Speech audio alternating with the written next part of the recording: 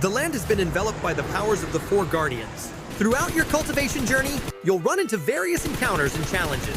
Sometime into a match, spirit collecting bells will appear, and all surviving teams will be separated into groups. Each group is assigned one spirit collecting bell, whose location is visible to members of the teams in the group.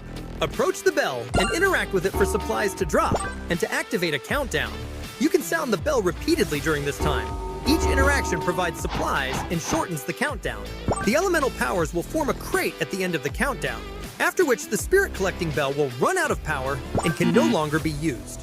Open the crate to get tons of rewards. Note that other teams in the same group will battle for the same bell. Use the mini-map to determine how many players are nearby. Also, skill cooldowns are reduced in the bell's vicinity, so use them to your advantage to guard the bell's rewards. Sacred Quartet's final challenge is to unite the four Sacred Guardians. During Sacred Quartet, you'll be able to pick up elemental fragments in matches. Use the fragments in the Elemental Clash event to combine elements. When you and your teammates each bring a different element into a match, and all members survive until victory is attained, the Guardians United Challenge will be completed. Players who complete the challenge for the first time can claim 200 elemental fragments from the event page and will unlock the new Guardians United achievement. Embark on your sacred cultivation journey now and forge your story into its own legend. Back, everybody, to the PUBG Mobile European Wonder League Finals. Last 3 days of Season 4 begins tonight. I'm your host, Neptura, and I am joined by DK. DK, what are you thinking? How are you? And what do you think of the action coming up? So far, yeah. Mm-hmm.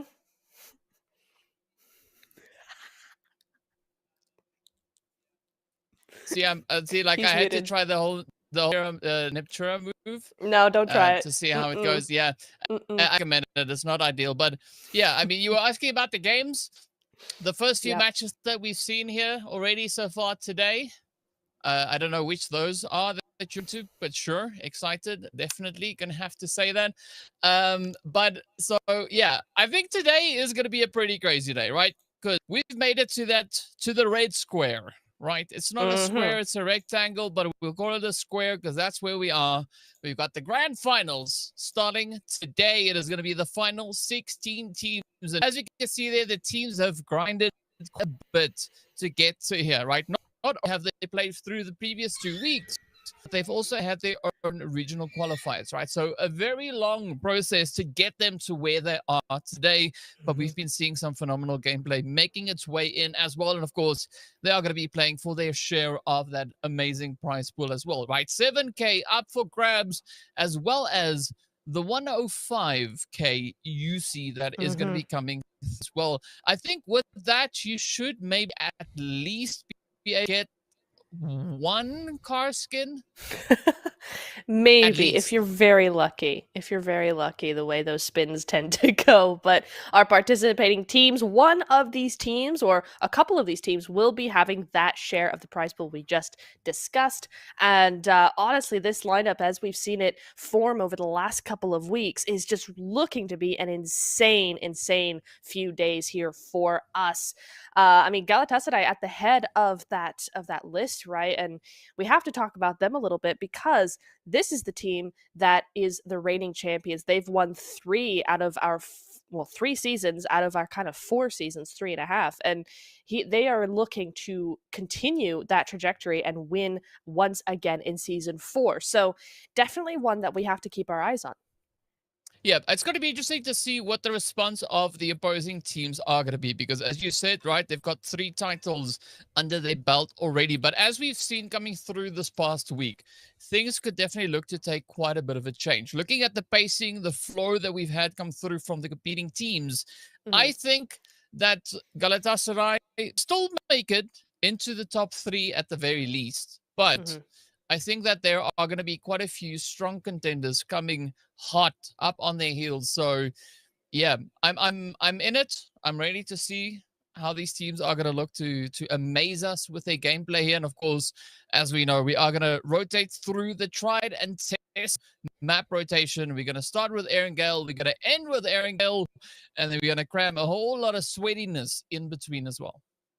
We sure are. I mean, Sandhawk is just going to be a barrel of laughs. I mean, it has been over the last 2 weeks, and now with the finals, now with the stakes being as high as they are, it's going to be a little bit different, a little bit more intense, I think, coming into that third game. But we can't get ahead of ourselves just yet. We're going to be looking at the Erangel first, and that one is going to be a doozy because, yes, we have 3 days of this finals to go, right? We have a total of 15 matches. However, it's still only 15 matches. You have to get a really, really good game off the bat. If you want a good day today, this first Erangel is where you want to do it. And the pressure is going to be on, right? Because, I mean, it's not the qualifiers like we've had previously, right? It wasn't week 1. It's not week 2. We're in the serious business now. So I'm looking forward to seeing what kind of flow, what that kind of pacing is going to be coming right out of the gate. Are we going to see the teams play a lot more of a how can I put it? A lot more of an asserted kind of approach coming out to the battleground here, right? Are they going to move in and just claim the territory and say, this is mine? And right, Yeah. what's the approach going to be? So I'm really looking forward to it. But I think the big question here is, what is the play going to be from Galatasaray, right? Because they're the defenders, right? They've defended this title twice now.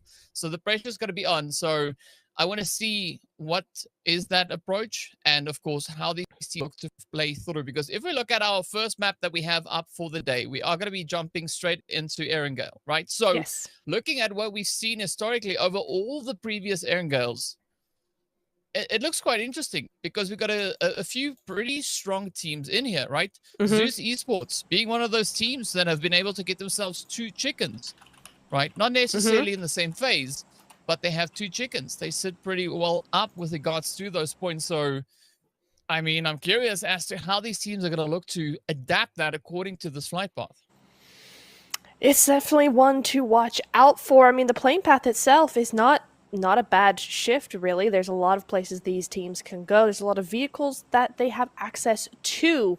But we're going to be looking at those planes, or rather those teams jumping off the plane. There's a lot going on onto the north side there. So are we really going to see any hot drops? I mean, it looks like a lot of teams are all jumping off at the same time, but hopefully they're going to be going into different directions because, DK, this is the finals, right? There's really no time to be hot dropping here.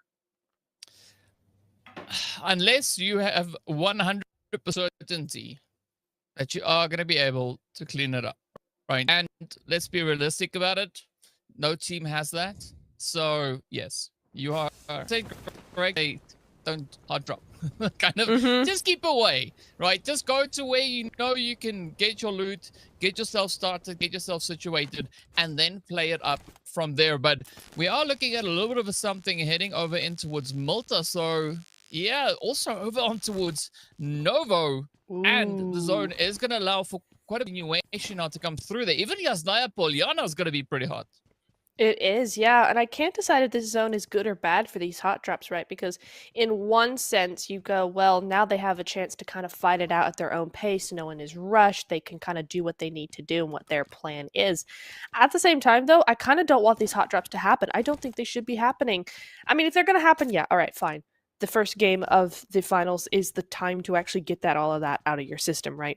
At the same time, I kind of want that zone to be a harsher one for them so that they don't have time to do this folly, to be foolish here, and they can just, you know, kind of go, oh, okay, that's not going to work. We got to get to zone. We got to do what we need to do for the rest of the game. And then everybody else who's watching could go, phew, crisis averted. Well, I mean, is it really going to be crisis averted? We don't quite know. We'll find out soon how these teams are going to look approach this first game. Because, I mean, first match, right, that is going to be the foundational game, right? The teams, they've had enough opportunity to get a good as to what to expect to come out here. But I think for the teams that qualified in week number 1, the pressure's got to be on because they've had a week where they've not played against these. So, yeah.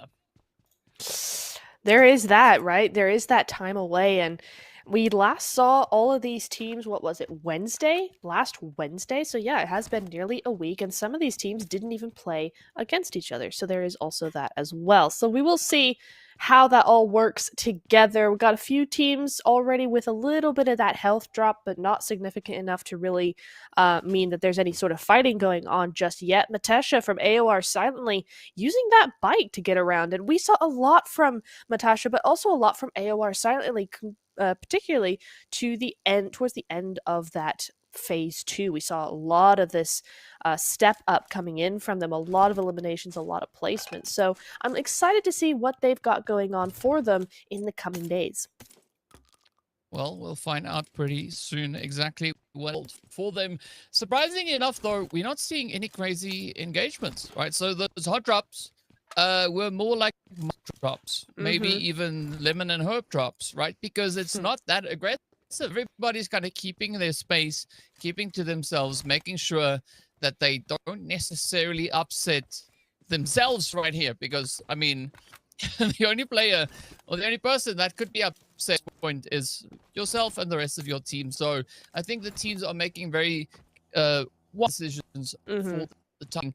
But I'm going to be looking forward to seeing where this rotation is going to take the teams. We've got about 4 minutes and a bit of change left. That is an eternity in PUBG. So I want to see, are we going to have some proactive plays coming through, teams looking to try and get themselves strengthened, or maybe even set up a bit of a stronghold position up towards center zone? Or what are they going to look to do here? Maybe come in with a bit of a, I don't know, predatory approach, look to go farm some early eliminations, maybe just try and, you know, eliminate a few teams early on. Like, what is the approach? I think for them, it could also be sort of an avoidance of Pachinki here for Goat in particular, right? If you look to this position where they are, Galatasaray probably, in their minds, are already going to be spreading out across those hills, across any sort of Pachinki area that they can get their hands on. And so it might be that Goat and Victa do kind of decide that, hey, you know, a run-in with Galatasaray right now is not the best idea. We do not need to give them any sort of leverage that they can use as momentum towards the rest of the game and the rest of the lobby. So I could see them trying to do a bit of a wide wrap around them. But other than that, yeah, it is going to be interesting to see what kind of that approach is for them. And we're starting to see a lot of these teams now move into zone. I mean, Galatasaray do have that big spread, but it is more of a 1-1-1 as they try and move over to Potato Hill further into zone. So we'll see how that goes. A lot of cars are being used right now. You can see that certainly in OC's Dreamcore case that all 4 of them in those vehicles ready to go. Yeah. Now it's time to roll. Yeah. Teams get themselves moved up and spread out, and well, now they're gonna start cramming on in. It is gonna be Zeus that could be on the receiving end of a bit of a welcoming party, as we do see OOC now just rolling on through.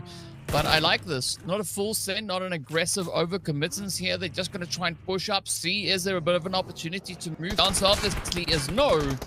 But now where do they go? Because it's gonna be fishing here as Ida hops to it. I'd have hopped to it the entire last week or so. In phase 2, they really stepped up here, and you can see them continuing to not hesitate at all to get into one of those fights. Unfortunately, in this case, it doesn't seem to have gone their way particularly. OC Dreamcore have lost 2, but they are back in their vehicles. They are ready to go, and they're ready to take that last player out. Yildiz is looking for something here, and I don't think she's going to get it. And surprisingly for both parties, I think that's going to be Ida out of the game in last place, in 16th. Yeah, I mean, that's our first team to go out right here in the finals. At least they do make their way out with those elims, as we saw. OSC also managing to secure a few, but I like the fact that Fenerbahce also poked and prodded and snuck a few cheeky elims in as well. But this comes now to the next bit, where this team is going to look to push in. And I'm especially looking over towards Goat as well as the Wildcats, who we still have over on towards that western side, out in the blue. As we know, phase 1 is not going to be too crazy with regards to that blue zone damage, but they need to now get moving, because once we head over on towards that eastern side, everybody else will have had the opportunity to get situated. It's interesting that AOI Silently have clocked this early on. They're looking for that. I mean, the top of the hill is not a bad spot, actually. It's a really, really nice little playing area, but you did hear those vehicles, and so they are going to be cautious. And it's good to take this sort of caution, particularly in these first few zones. As we saw with OOC and IDA, you don't want to go out very early. You don't even want to lose players very early. I think this game for many of these teams is going to be very much a setup for how the rest of the day and perhaps even the rest of the event is going to go, right? You do not want to be losing teams early or players early. You want to be as strong as possible in that first game to set that precedent and set that mindset and go, right, this is what we have. We have top 5 in this game. We can do the rest of the game now with confidence. So I think you're seeing a lot of caution for that reason, and that's a good thing. I mean, we see also Fenerbahce not going too far there, getting those reses, trying to get those knocks, and might even confirm, but that's Tiam, a team that we've both looked at to do very, very well here and really could use to do well in this game. Well, let's see if that is the opportunity that they'll be presented with. I like this aggression also coming through from Jay. I believe that they might have been holding back a little bit with the performances that we saw in all the previous Erangales. So yeah, I want to see if they're going to maybe look to play a bit of an upset here, because Fenerbahce, they were only able to secure themselves 4 placement points on Erangel. That's all they got. That's interesting. The current pacing, I hope at least one team is going to change up considerably. And if we compare that to the team that we have sitting right up at the top, OOC Dreamcore, right? They got themselves 31 placement points and 51 nations across all the previous Erangales. So they've definitely set the standard. They are, of course, our best performing team overall when it comes to this map. So I want to see if that momentum is going to be able to get carried on forward, as it doesn't look all too hopeful as they will get on out right there with 3 eliminations up. But this opens up now that opportunity for the remaining teams to really kind of step up and fill that void. Galatasaray, definitely going to be one of those teams that we are going to be paying quite a bit of attention to here.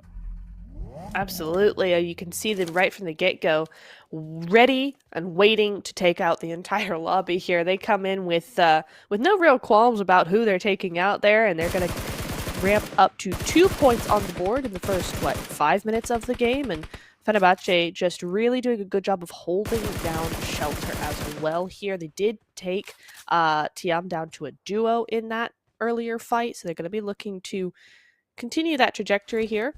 We'll see how that goes for them. I will say that what I hypothesized about GOAT, avoiding Pachinki, completely incorrect. They're still out in the zone, as are IWNRX, by the way. But GOAT, way out in the zone, and I'm not sure now what the deal is.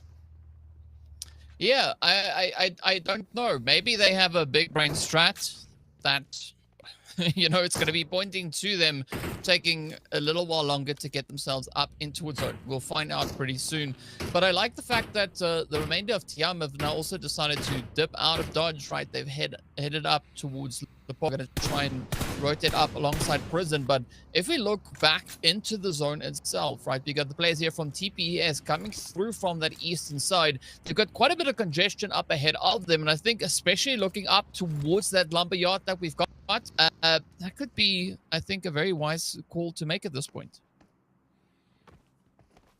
Yeah, I could see that being the case. I almost wonder if they're going to try and go for the Millie Island sort of angle, which I don't think would be a wise choice, but honestly, it's the only sort of space left available. Everybody's piled in on Milta and the surrounding hillsides. They do think that the zone is going to be centering up soon, and I really like this position from Not Noobs. You got this classic 1-1-1 split coming across that farm area, and it's looking like a very dominant position for them.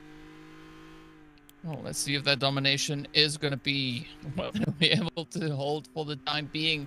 The zone surprising again, right? We see so many teams so close together, but it seems like they're just waiting around to see what the zone is going to be bringing to them, as we have about a minute and a bit more there to go to see how that shift is going to affect the East. Now, Pmewl Nova, also one of those strong teams that we saw building up quite a bit of momentum through that week 1 into week 2.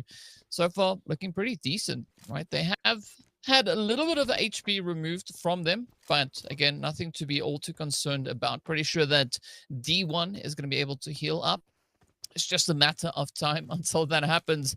But look at this, though. XQ, nice little bit of a peaking position, right? Gathering information. We've got TPS just up ahead. And both teams now just doing a little bit of that due diligence, right? They don't want first team to push up and then find themselves in a bit of a hot, sticky situation. So taking it calm, taking it collected, and playing a respectable game. In the meanwhile, not noobs. They're going to have to try and keep GOAT at bay as we finally see where GOAT decide to rotate up in towards.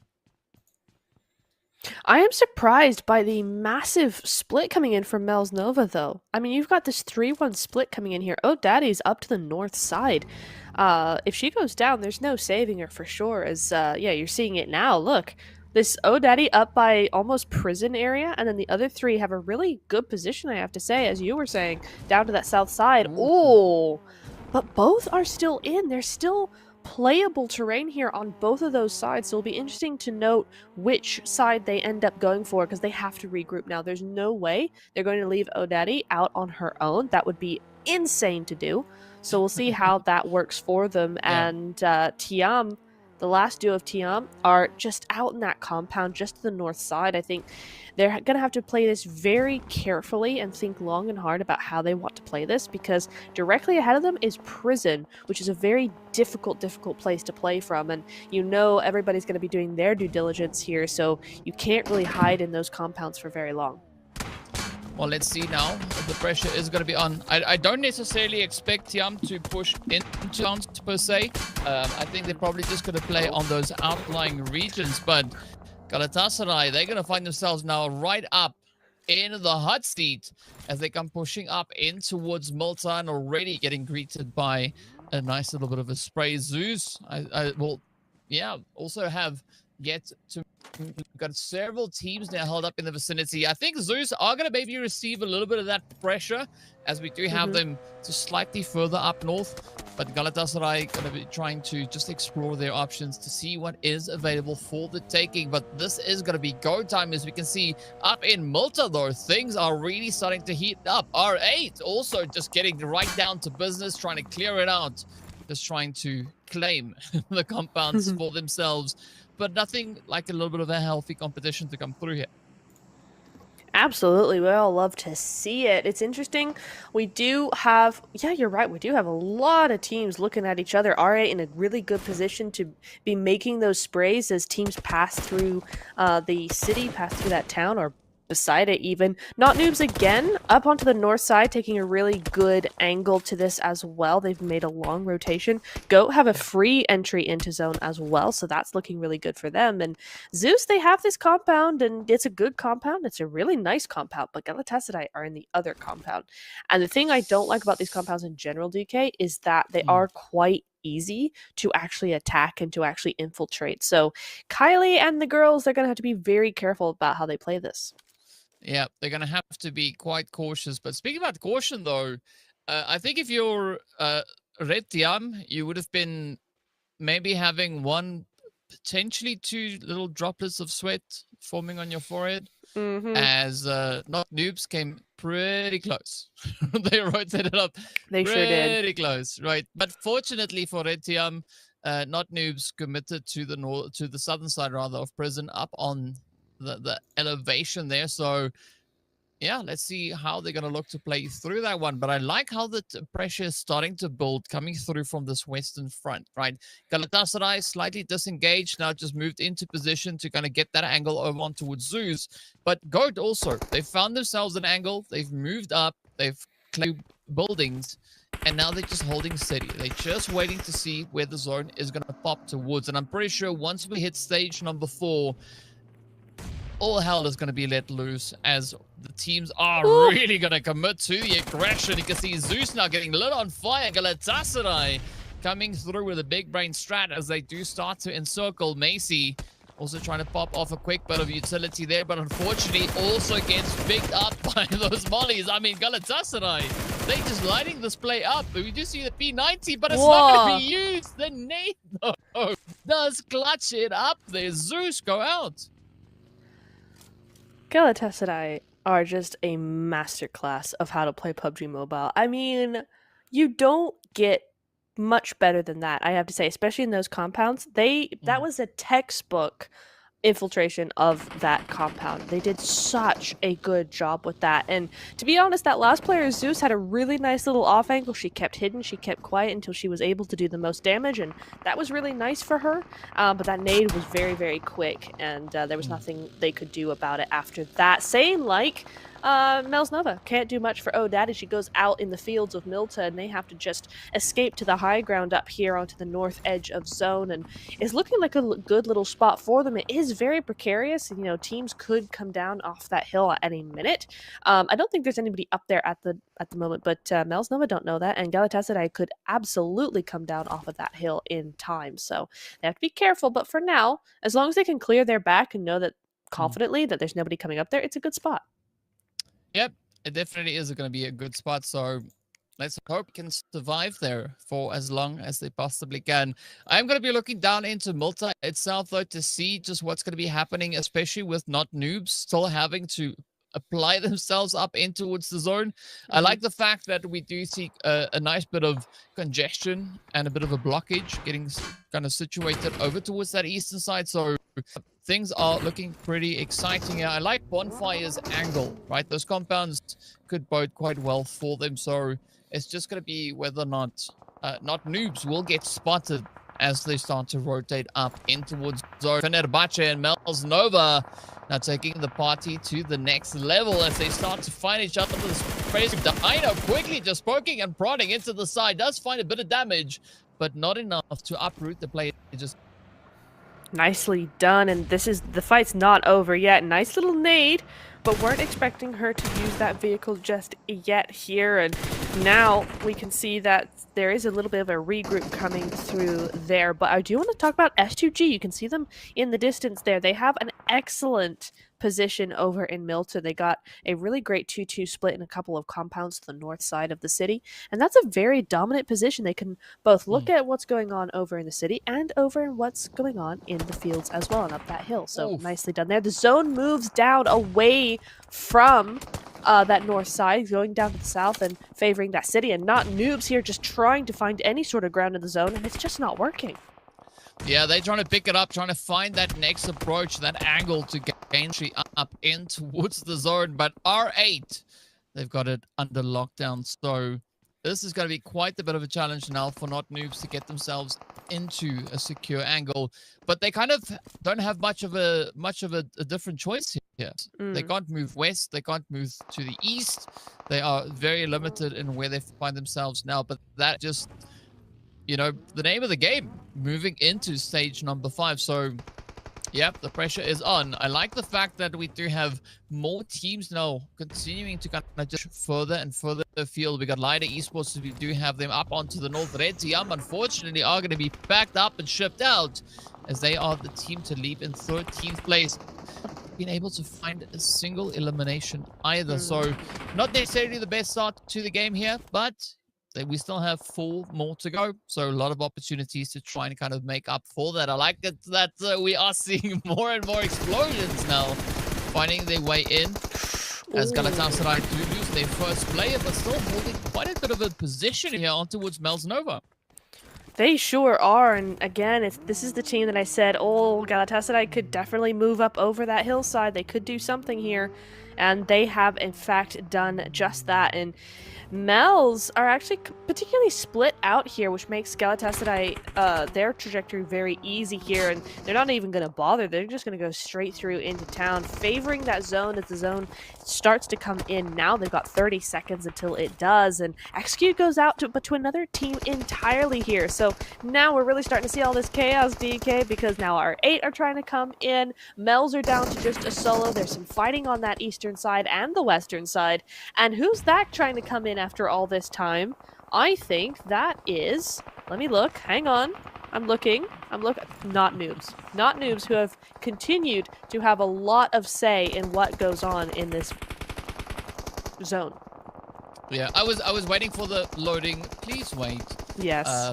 But it was close enough. Galatasaray Also now getting just absolutely obliterated as they find themselves in quite a bit of a predicament. I like the fact that are trying to take it to the next bit here as they do find themselves those plays, and we are slowly having these teams reduce in numbers. I also like the fact that TPS will hold to the angle that they had, right? They made it so challenging for Galatasaray to bring that rotation in. As you can see, Tofida just off in the distance, just narrowly managing to survive.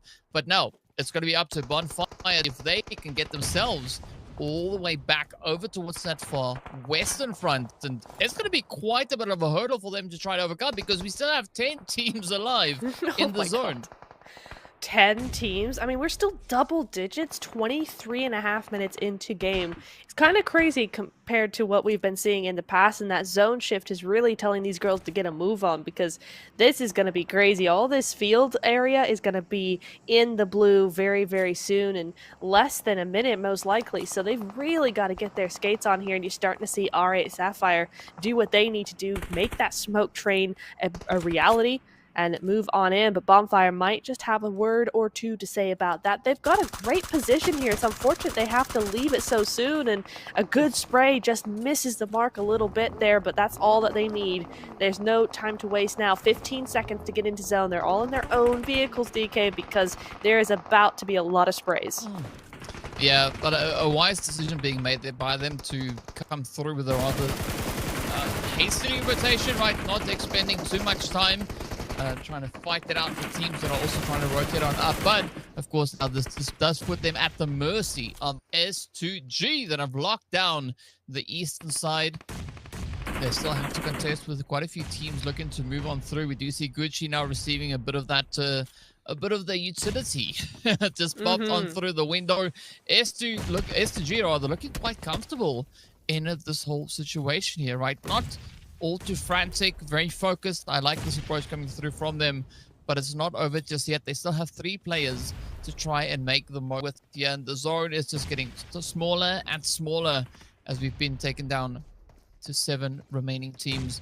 Galatasaray still going to be holding on, right? Not out of this match just yet. Seren, though, getting traded up as Lara comes through with a beautiful bit of a strafe. But now, this is going to be go time. S2G need to fortify, recollect themselves, and get back to zone, because in the next few seconds, that blue zone is going to start moving up. They're trying to take care of business, but Lara being absolute nuisance, and Aura comes through, just trying to clear the air.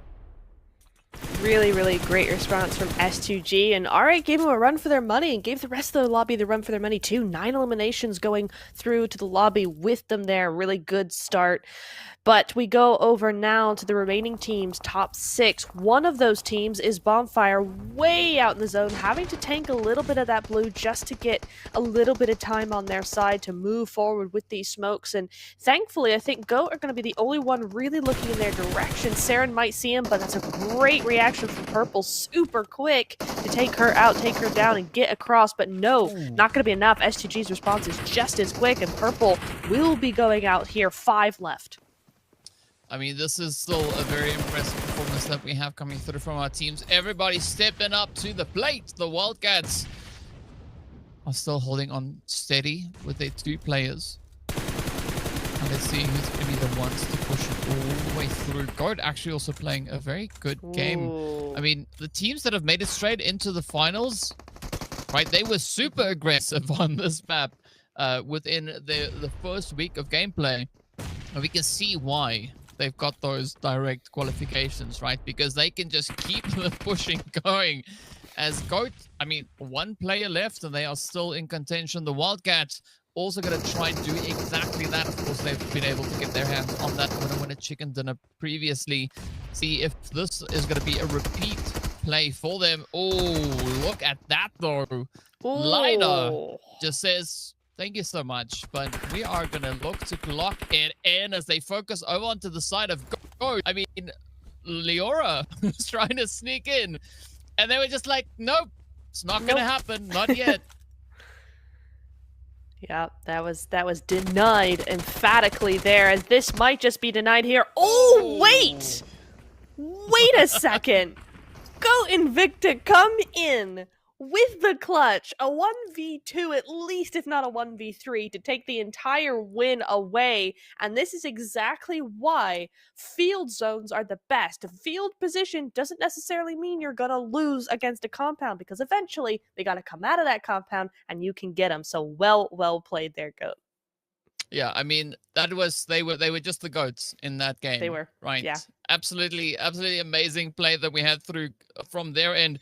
But looking at just how active were, it's not really too much of a surprise to see that kind of performance come through from the side of GOAT, right? They've been active this entire match, not necessarily going over and above, but keeping that consistency going all the way to the very end. So it paid off, and it paid off with dividends for them. A glorious winner chicken dinner coming through. But we did see quite a few teams also getting nice and aggressive, right? We didn't exactly get the double-digit elim count, but quite a few teams, though, came pretty close to it. They sure did. We saw a lot coming in from all of those teams. I mean, who was it again that went out with 9 eliminations? I mean, that's usually a really good stat on a good day. You know, coming in with the first game of the day, first game of the week, first game of the finals. That's a really nice stat to be able to go back to the lobby with. So a really good show of skill coming in here. Go Invicta, 6 eliminations, not the highest we've seen. 935 damage dealt, not the highest we've seen. 1398 damage taken is quite a lot. So the fact that they were able to come back from all of that and to win the game is kind of crazy. We'll call it BBA, right? Bounce back ability. Yes, and very true. And they showed phenomenal amounts of that. And of course, just looking at how they were kind of playing through this, right, making it up into even like stage 6, they came through with only 3 players to their name, taking quite a bit of a beating as they try to push in. But of course, we did have quite a bit of those long range hits making their way into this game, as we do see Fenerbahce clutching it up there with a 341 meter hits, and that's pretty dang impressive. And I mean, looking at these stats, utilities were kind of the name of the game, especially taking into consideration that we moved out into the fields, right? It explains a lot of that. And Lara, going to town with 7 eliminations. My goodness me, I think we all know what's coming in now. Ding, ding, ding, bell of 1,000 damage. Lara stepping up for the team, and R8 doing a lot of work there. And R8 was the team I was mentioning with 9 eliminations. So even though they only got 1 placement point, that's a double-digit point game to set them in that top 6 spot. And in fact, they're not the only ones to come in with 10 points out of this game. Galatasaray and Lighter as well were both in that bracket, but GOAT coming in here with 16 points is looking very good for them. Yeah, it's not often that you see double digits extending all the way down to 6th place. True. Right? What a crazy match it has been to kick off the proceedings right here for the finals. And of course, our players to watch, right? As you can see, teams now starting to vie for those top positions. 7 eliminations, 4 eliminations, 3 coming through. Yeah, those numbers are only going to go up. And I'm curious to see just how far up those numbers are going to look to go. Indeed, yeah. I think 7 is kind of crazy to start off with just alone, but we saw some crazy numbers coming in over the 3 days in the last phase, and you're right, they're going to be quite high by the time we are done with these next 3 days. Rather, I'm getting all my words mixed up today. Maybe a little bit more coffee in the break will do what I need it to do as we head into our second match of Miramar after this short break. We'll be right back.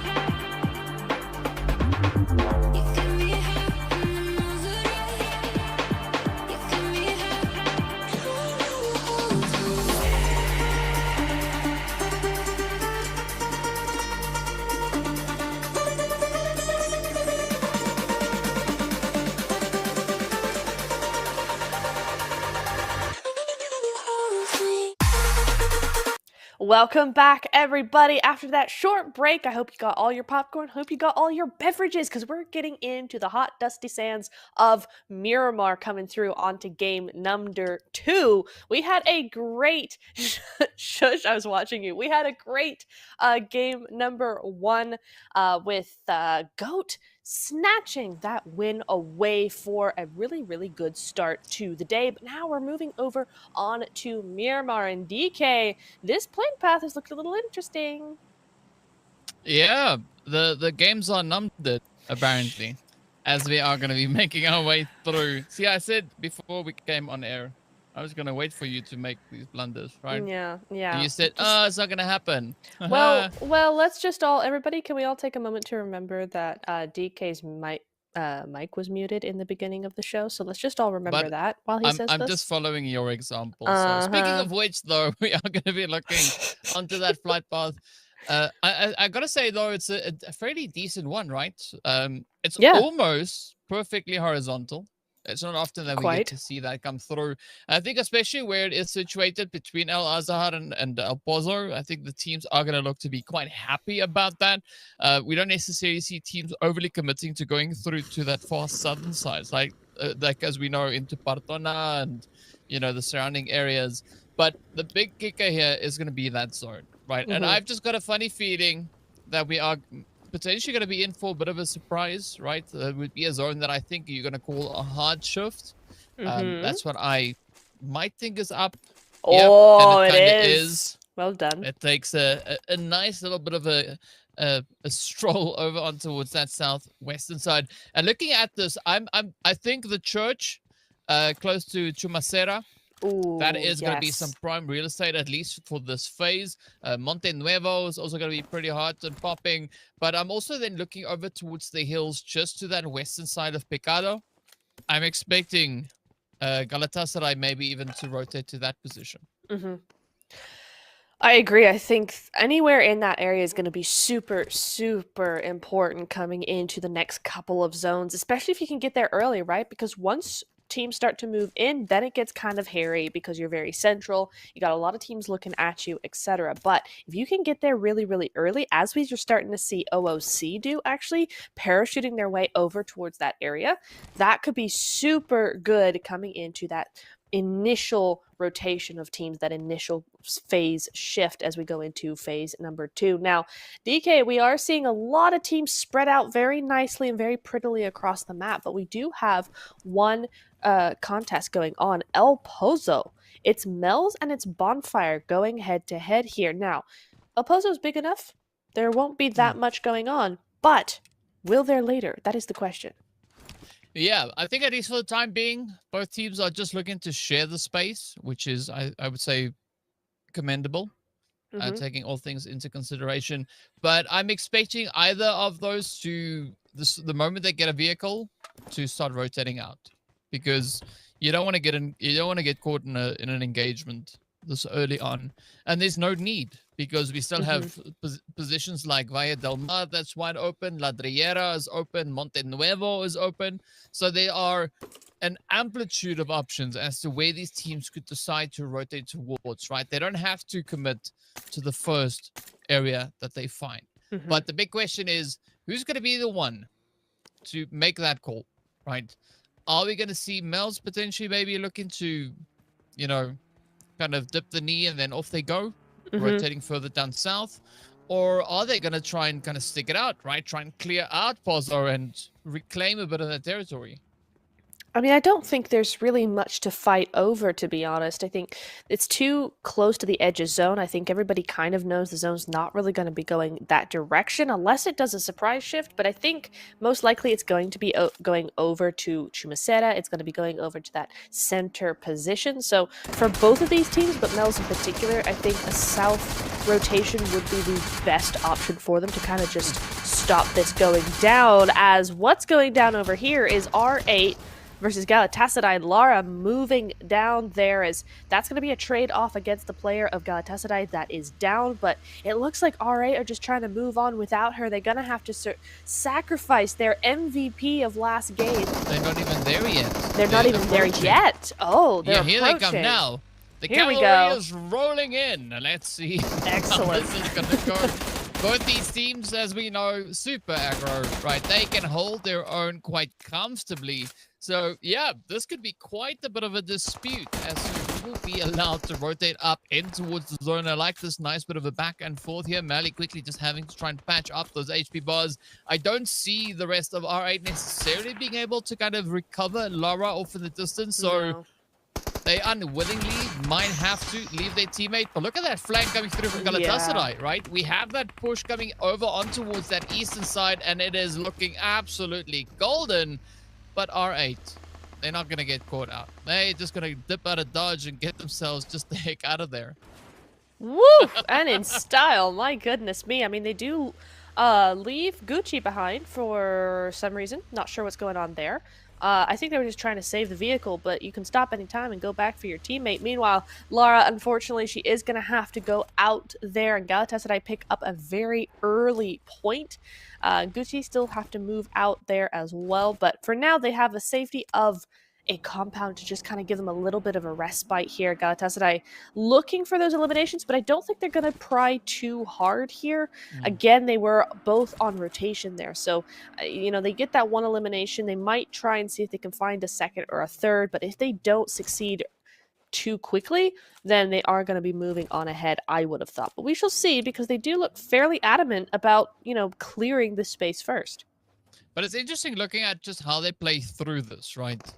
I mean, they almost instinctively go for a 2-2 split. Just trying to spread themselves out, trying to come in from as many possible angles as they can find. And I think that speaks volumes as to the confidence they have moving into any map. So, yeah, it explains why they've been able to defend their title so many times before. Very, very true. But the question now is, will they be able to defend it again? I mean, so far we've seen some movement from them. It's not been the dominant Galatasaray we've seen in the previous phases, but, you know, they're biding their time. They're waiting for that moment when that momentum can really be built up and used to their advantage. So we'll see how it goes for now. Meanwhile, S2G have that classic yellow Murado. Now that it's not golden anymore, it is yellow, but from Hacienda. So we know where they've been, and we know what their trajectory is, and they're actually just kind of scoping out Picado a little bit, just making sure no one's really in that vicinity. They might try and take this compound here as well. But Galatasaray, interestingly, go for the entire squad wipe. They are not here to play games. They're here to win, and that's a full squad wipe coming in for Galatasaray. That's scary. That is scary. A team having that capability, just deciding on a whim, probably not, but let's go with it, right? Deciding on a whim, it's like, you know what? Yeah, let's go. We're just gonna take out the team that, you know, got a ridiculous amount of points in their phase. You know, might as well have a little bit of fun, because why the heck not, right? We're just gonna do what we do and smile all the way through. And yeah, I mean, it's ridiculous, right? R8, they had 147 points, the highest points that we saw through the entirety of the first week. And Galatasaray just played with them like they were food. Very much so, yes. Crazy. Crazy, crazy, crazy from them. But again, it's nothing that we haven't seen before from Galatasaray, and we will no doubt continue to see in the coming phases, in the coming games, as well as we see the new phase pop up. DK, it is kind of where we said it was. Thankfully, both teams over in El Pozo have disengaged here. They're going to be moving on to their own separate ways. But I will say, no one has gone for the church by Chumacera yet, which is very interesting to me. Yeah, but looking at how the zone shift, they weren't sure if that was going to be the spot to play for, because that church works quite well, especially if the zone is maybe a little bit more east than what it is now, right? If Chumacera is over on towards the western side of zone, that position works quite well because you have quite a bit of an overwatch, quite a bit of a reach from that church. So looking at the teams that we have funneling in from the eastern side, yes, it could still be quite a viable spot to play off of, but with limited options, I would say. Fair enough, fair enough. Lighter. In the top spots in the Erangel game, they were pretty high up there, and they're looking to do the same sort of thing again. Not noobs up onto that hillside, having a little bit of trouble. And Elena's going to be looking for those eliminations, which I don't blame them here. This is actually a really nice forward-moving play from them, is Elena moving in to try and push out not noobs from this vicinity entirely so that maybe they can go back into that eastern side of Picado and do something with it. A little bit too far, perhaps. They have to be careful of that off angle. And Melina, though, is going to be trying to take this duo out. But again, not noobs have that off angle. They finally start paying attention to it. Yeah, but now we got to see them trying to just condense the overall angle because they are still quite spread out. And this is not the kind of approach that you want to take at this point. I'm, of course, referring to the not noobs. I like the fact that we do have Kiss also just popping up a few utilities, trying to clear a bit of a way, moving up the hillside. But up comes the push. The rush is there. And the S12K comes in clutch. Nothing quite like a little bit of that shoddy action in the CQC. I mean, yeah, it's just insane to watch these players go about the business here, but not noobs. They've been brought down to a solo. That is going to be Pinky now, just trying to survive, at least for the time being, up in Picado. Yes, sir. She's got to survive as best she can, but Lighter need to be careful with what they do here. They can't stay out in the open on this hillside for too long because it is very open, like extremely so. And so they've got to make sure that they're in a compound or either at the top of that hill before another team finds them, because you see a lot of movement coming in from these teams, and movement means unpredictability. And so Lighter need to be careful of how they play this next few moments here. Wildcats up on top of this hillside of this cliff, looking very nice for them. A lot of range coming through from this position, so should be a nice one for them on both sides here.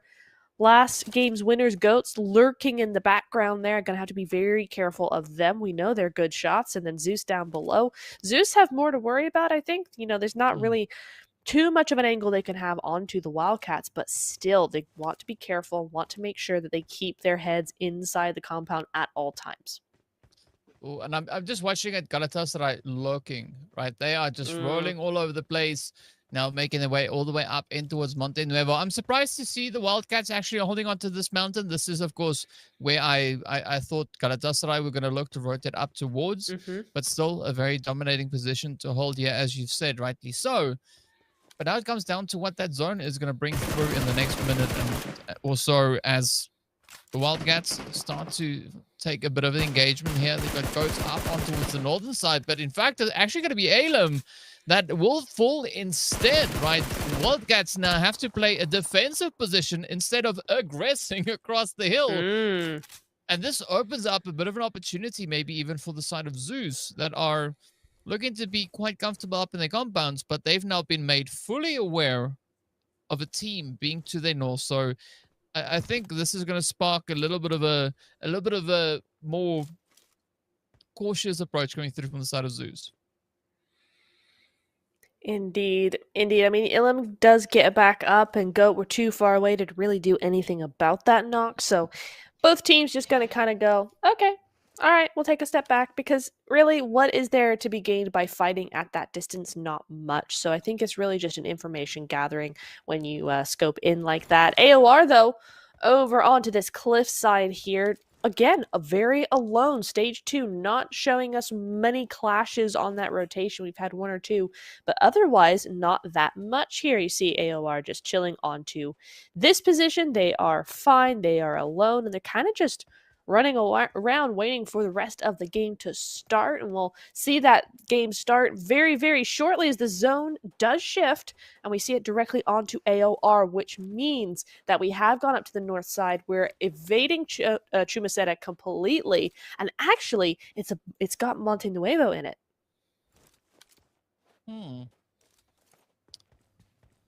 Well, that's quite interesting actually to see just kind of how these teams will have to play through it now, right? Because, I mean, AOR, great read on the overall positioning with regards to the zone, But I think now a lot of the pressure is going to be applied down towards that southern side, especially with teams like TPS that still need to start their progression, start their push, trying to get themselves a little bit further forward.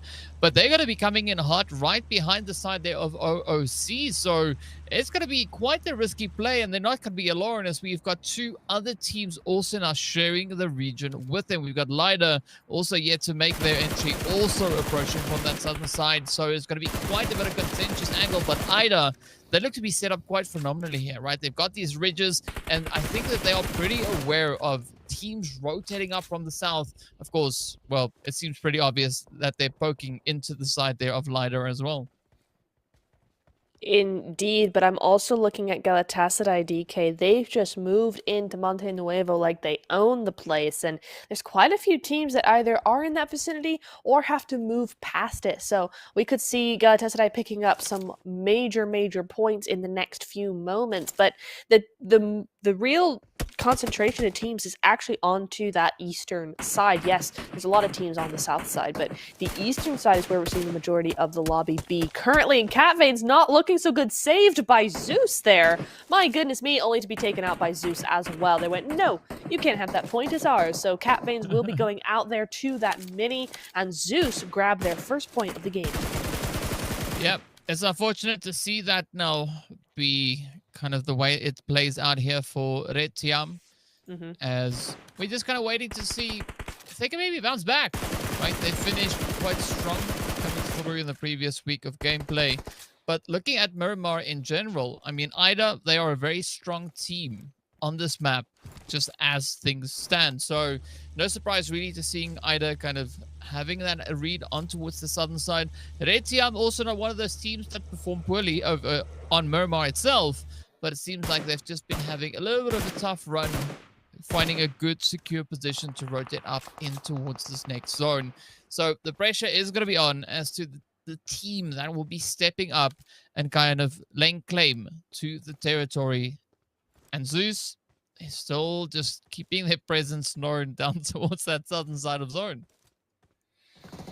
I mean, this for the Wildcats is looking like an epic position more and more as the game continues, and TPES now understanding that Dreamcore also have an epic position, but that is one that they're going to have to give up here. They're slightly outside of zone, and it's not going to take much to get in it, but still, you know, you're not going to be using this same ridge that was once so perfect for you in those rotations. But back to Istanbul Wildcats, because why not? Because they are dominating this portion of the zone right now. There's lots going on with them, and Zeus now in a position where it's like, this position isn't as good as we might have wanted it to be in other phases, in other circle things, because now the circle moves up, and now they're outside of zone, and Istanbul are in zone, and oh dear. I don't really love how this is working out for Zeus. Luckily, it's only a duo there, though, right? There's two more that could easily make their way in, but for that duo, it's looking a little yikes. Yeah, Zeus, they're going to have to find a way to get themselves rotated on up. They are slowly starting to mobilize, getting into those vehicles. I like the fact that IDA are also just flying up into these compounds. Unfortunately for them, there's nobody to contest, so they can just quite casually stroll in, get themselves established, and then just lay into the side of Zeus, as they already now start to do. But you mentioned the Wildcats being up in zone. I think that is going to be a phenomenal position, especially looking at the concentration of teams that we have over on towards that eastern side. But IDA, they're going to be absolute menace here, because they can see right into the side. They have S2G, potentially even into the side of Bonfire, who we have just over on towards that slightly more west-southwestern side, west-northwestern side, rather. Got my directions all confused here. But I'm going to be looking at AOR and Mel's Nova that are now starting to converge in on each other, right? The shots should be finding its way on through pretty dang soon. But meanwhile, it's going to be Fenerbahce and Goat. As Goat made their play, trying to get up onto the edge, but Fenerbahce just rolling in with the punches right behind them.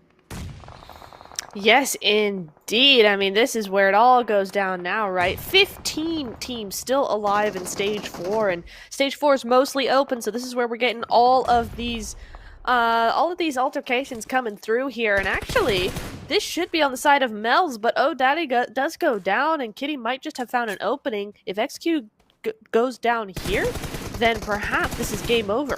There she goes. Ooh. That's AOR now in possession of this ridge line of the edge of zone, and the rest of Mel's have nothing left to do but to move on. That one solo has to make a long rotation around, and I'm not even sure where she's going to be able to find an opening. Well, one thing that I see that has changed is Jelevaya has been able to get some points, eliminations, right? So things are looking great for the side there of ARR. But in the meanwhile, Goat, yeah, they still have quite a bit of work to try and do up on the north here as Fenerbahce are going to try and push on in. We do say goodbye to not noobs as the blue zone gets the better of them. But what a turn this is now here for Goats, because, I mean, they have quite a bit of an advantage against the side of Fenerbahce, who partially find themselves still trying to contest with that blue zone. They've been able to sneak a few players out of it, but not the full squad just yet. And again, you got to be careful. You can't make too much noise, because they've got more teams just looking over towards that western side. Of course, one of them is Red Tiam, AOR right there alongside them. And with Kitty now starting to move up, I mean, Kitty could definitely look to mow down quite a few of the players in the surrounding area. You know who else has a really good shot now all of a sudden is Zeus. Zeus have moved around, and now you're seeing in the elimination feed, they have that gatekeep position against the Wildcats. So that is something that could really go in their favor as well here as you're looking at them there. Red Tian Blossom do go out though, down just from 3 down to 0, just like that. One elimination goes their way, so at least they do get a point in this game. But in them, all of a sudden, is the only player left alive for her team, and the rest of Zeus, Kylie, and Maisie, they're looking for her. Yep, you know, they gotta put on quite a bit of a search party, try and find those final few blades. Goat Yagi though, coming in with a nice bit of overwatch down onto the side there of AOR. Jelevaya managing to just keep out of harm's way, but it is quite a bit of a challenging play up towards the north, especially with Fenerbahce also just holding on towards that eastern side. They're going to have to find a way to get themselves moved on in. But now is going to be go time as we got Polya opting into the vehicle, making the very decisive call here. It's like, you know, maybe just we need to get back into a more secure position. Oh, you don't want to risk it out in that blue, as we do say goodbye to a few of the Zeus players as their numbers take quite a bit of a plunge. But it's not going to stop though, as we do see the Wildcats also now poking, prodding into the side of Fenerbahce. They went, thanks for saving us from Zeus, now we're going to save you from yourselves. But Lighter might have something to say about that as well, as it's all kicking off onto the south and eastern sides. DK OOC Dreamcore trying to find a place to land and just finding nothing to satisfy their needs here. Bazumi's out in the zone. That's the only thing she can do, is S2G are blocking their path, and Ida are blocking their path as well, but also blocking each other's path, and it's just a big mess. It's just a mess. Yeah, they just playing blockage. And speaking about blockages, well, Fenerbahce are going to hope to have none of that occur over towards this northeastern side of zone, as Aurelia tries to get themselves patched up, as you mentioned previously, just trying to hold on for dear life. But Lighter Esports, though, they are bouncing back so quickly from these engagements. You've got Lloyd, oh, just rushing up. Gonna watch it. Yep, there we go. GG's. It is that quick cleanup, as Lighter secure even more eliminations, now pushing up into 5. Galatasaray, of course, sitting with those 7 along included under their belt. But down south, things are not looking all that easy just yet. S2G still holding on with a 3-piece, still contesting against Ida. OOC Kazumi might not make it up into the next zone. But Bonfire, they're going to try and just stop Galatasaray in their tracks. Look at the HP. Nepet is so low, and Atlas could definitely just finish that one off with one quick spray. And that is exactly what happens. Bonfire snuffing out the side of Galatasaray, ending their run. It's not even Bonfire. It's just Atlas. She 1v4'd. She squad wiped the reigning champions. just like that, so quickly, so easily, as Dynasty's down to 1 HP. The blue zone is not going to be her friend in that altercation. She's going to have to go out, but she does get that one as a trade, and S2G have to be satisfied with 2 eliminations there. Ida going out, but with 7, much, much better result for them, and Wildcats the next to fall very, very quickly again with 2, and now we are just left with Goat, Lighter, and Bonfire. Yeah, I think Bonfire, they are going to look to set up camp right here in zone. Well, I say that in Atlas and her teammate not quite in zone, but they do have a good presence pretty close to that. As you can see, Purple holding just off in the distance. So they are going to try and smoke their way into that. But fortunately for them, right, a lot of the teams are situated towards the eastern side. So that would already provide them with quite a bit of an opportunity to push on forward. But Goat, they're not going to make it easy as they do start just laying into the side here of Bonfire. Lighter doing exactly the same thing in a good position. Might now still get held against them.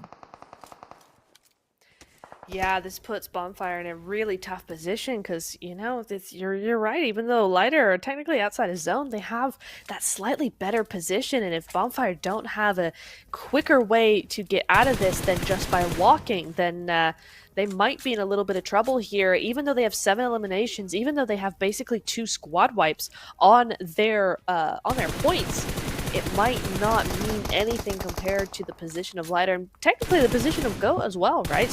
They're closer into zone and they've got a really good spot, but the zone is starting to move in now, and at least they have Purple already inside zone. That does count for something. Atlas trying their best to just evade these shots and somehow manages it? Somehow?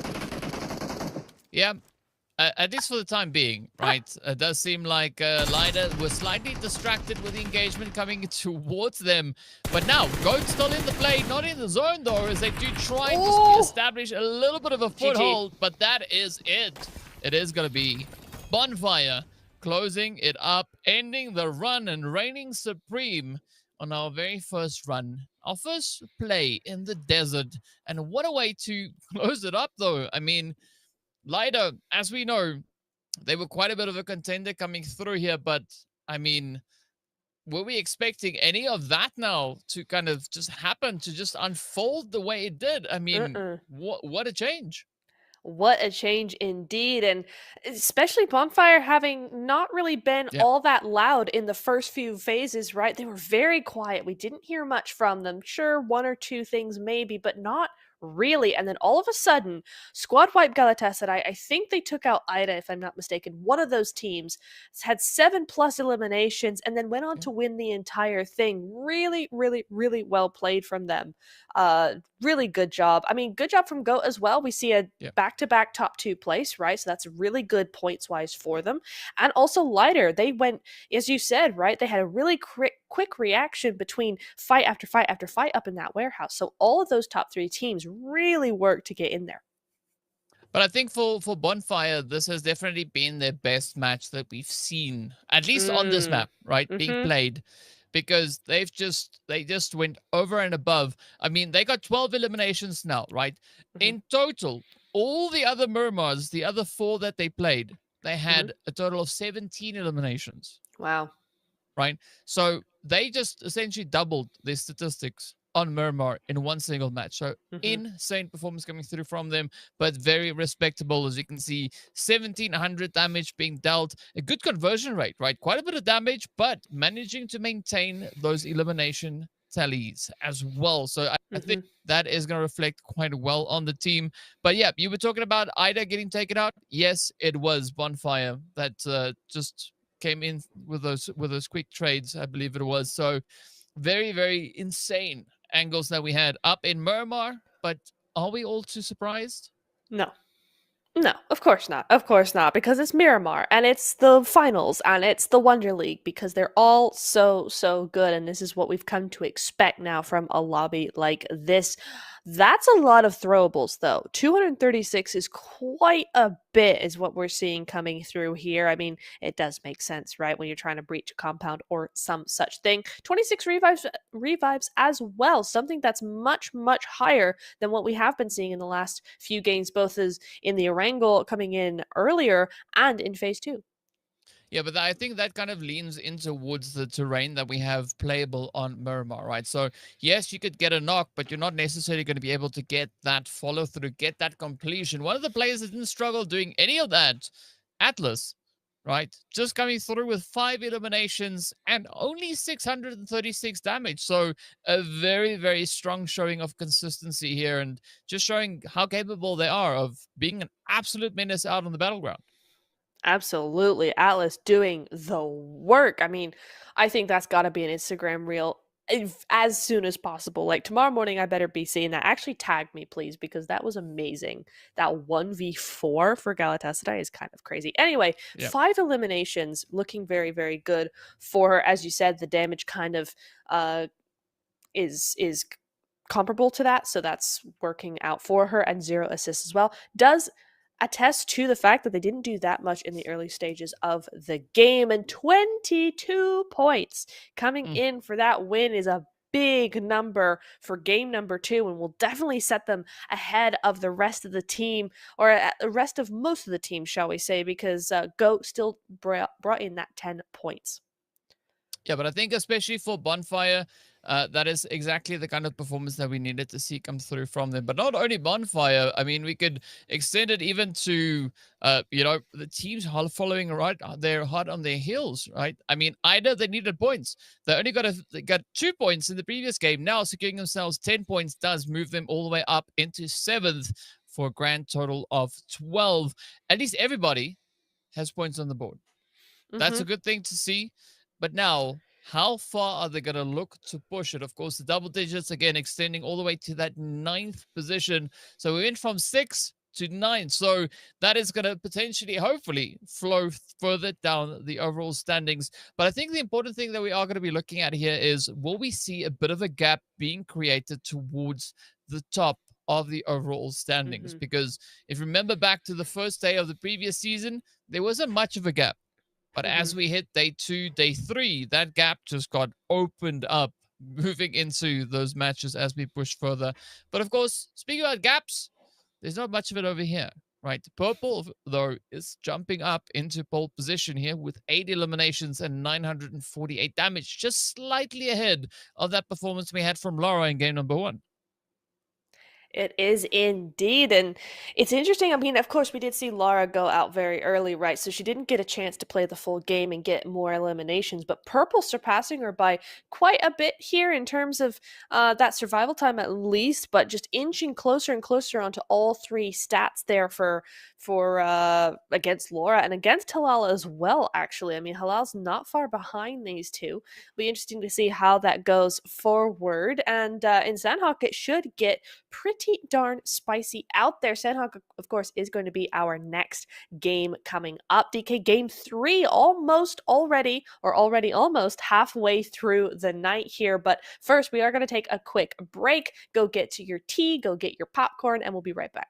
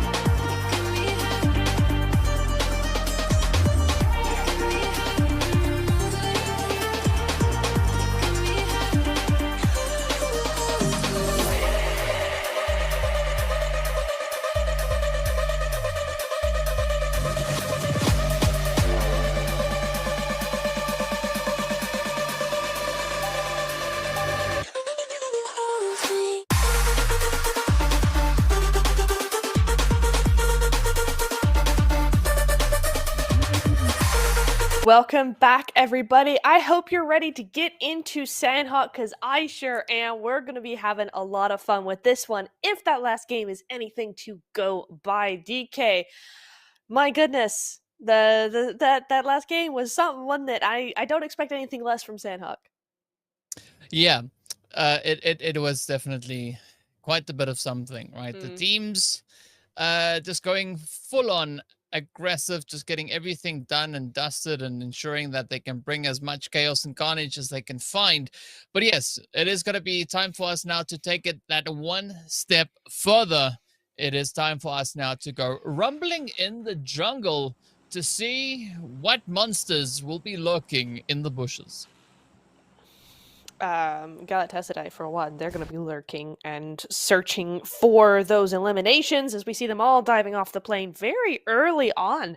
Actually, a lot of these teams opting for that southern position, so we'll see how that goes for them. In the meantime, where's that zone gonna go? I don't know. I'm kind of feeling the island, but throughout this event, we have seen that that island finish, or that trifecta finish, or something like that boot camp finish as well. It'd be really nice to see it go to that northern side, to be honest. I'd love to see a Tapma Cacao, Mung Nai as well. Would be super fun to see. But we're going to be looking at these hot drops, because there seems to be quite a few of them. Notably, Kampong, Not Noobs, and Tiam going head-to-head here, potentially. And Tiam been one of those teams that really, really could do with a couple of points. We've not seen too much from them so far. So we'll have to see how that works out for them. Yeah, I was just laughing because I heard you say cow, right? The spot. Yes. But I heard the animal, so that's why I had a bit of yeah, move. Yeah, I just realized that after all my years in PUBG, cow. Like, Cow. That's funny. Ooh, that's not funny though. Oh! AOR. Yeah, finding themselves in dear. a bit of a sticky situation here. Oh, As Ida comes swinging on in, the zone pops all the way over to that northwestern side, and this is where we're going to see one of three things happening. Either a crazy western bridge, a crazy northern bridge, or absolute brutality and insanity up in trifecta. Mm-hmm. Yeah, that's basically the three options, and there's no other option available to these teams. And for many of these teams who did opt to go for that early exit from the plane right down to that southern side, this is going to be particularly difficult for Pmewls and for R8 as well. OOC, they're already in zones. They have a bit better of a position here. But as we're seeing, there are only 5 teams inside of this new zone out of the 16 that we currently have with us in Sandhawk. So there's a lot of discussion that will have to be done amongst these teams, and we'll see how that goes for them. Ida looking pretty confident with those 2 points already on the board, so this shouldn't be too difficult, mindset wise for them. They're going to be going like, yeah, okay, we can do this is fine. AOR, on the other hand, have this almost advantage, I'd say, of having lesser numbers of players, right? So they can kind of sneak in a little bit easier. I mean, but how much sneaking do you want to do at this point, right? Because, yep, it is going to be quite challenging getting a good, decent spot over on towards that that northwestern side of zone. Because, I mean, realistically, we've got about, maybe 45% land. The rest is all water, right? So that is going to be pretty crazy for these teams. I'm expecting not all that much really to happen towards bootcamp, because sometimes we get a little bit of that, that spice, that crazy what coming through. But I don't. The teams, I think they honestly know better. So I'm expecting a lot of the positions up on towards the island itself to get occupied. I'm looking at all those compounds over on the western front.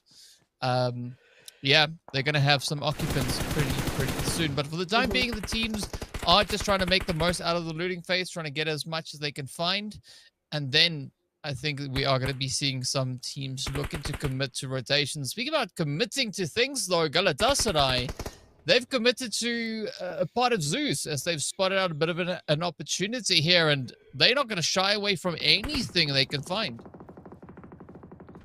No, they're not. I was looking at that map and wondering how Zeus were able to just get in between Galatasaray there, but we see that sadly they were not able to do so. Maisie's down. There's going to be a quick revive coming through here, and this might turn a little bit of the tide as Zeus have a duo that are on the other side of Galatasaray. I mean, Galatasaray, the kind of team we've seen them be in the past, is going to be a team that will quickly spot that coming, right?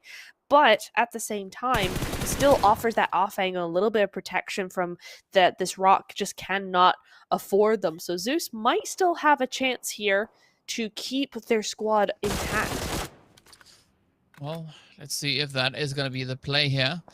But again, you don't want to give Galatasaray too much of an opportunity to get themselves positioned or, you know, feel too comfortable, because the moment we see that happen, that's when they get aggressive like they did in the previous game, right? They just start pushing through, start clearing house, and yeah, whoever's in their way will have to deal with the fury that comes through from Galatasaray.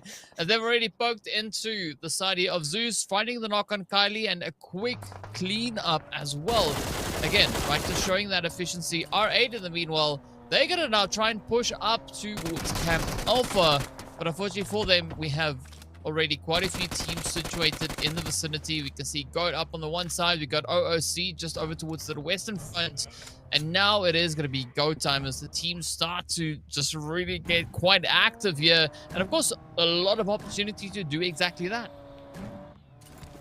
There is indeed. They're just going to be skirting away.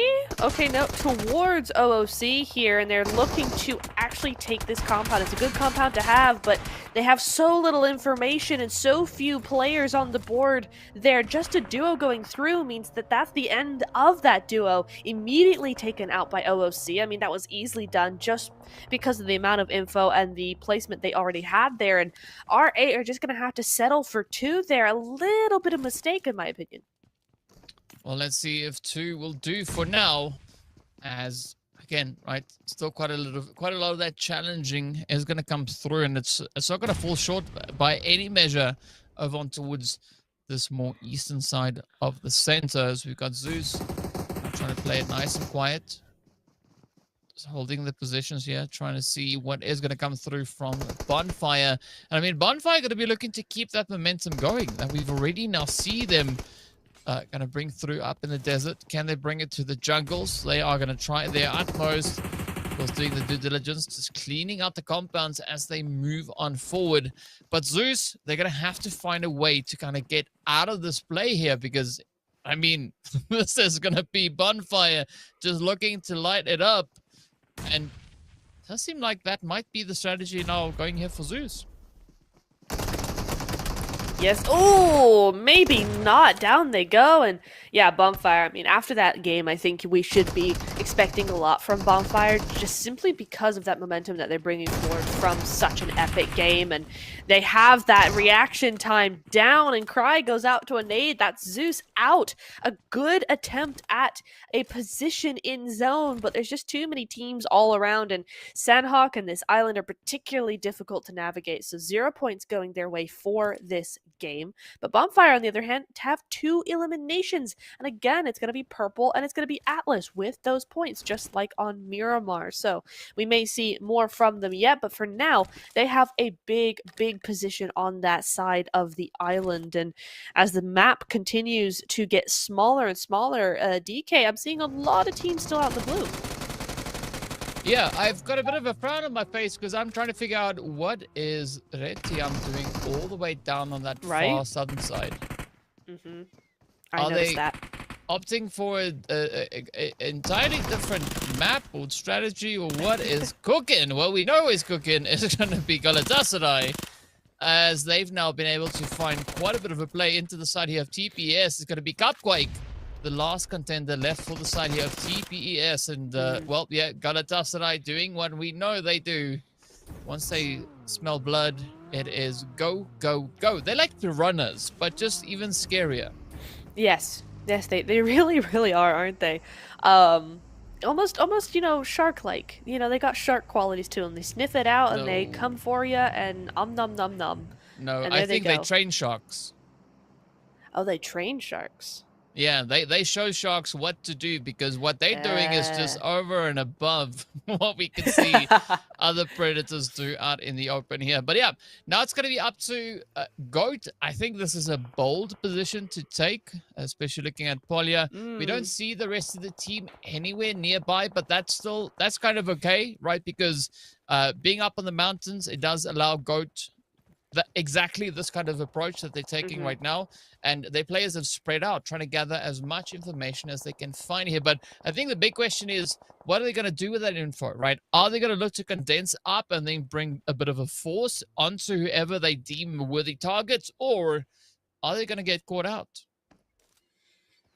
Only time will tell. And Dreamcore trying very hard to find something without getting taken out themselves, as these two massive teams look at each other from different compounds here. And OOC Dreamcore have to be so careful, because the minute Galatasaray get a knock, the second that they do, it is game over, because that team will be just flooding into the other compound there. So very cautious behavior coming out of OOC Dreamcore, and for good reason.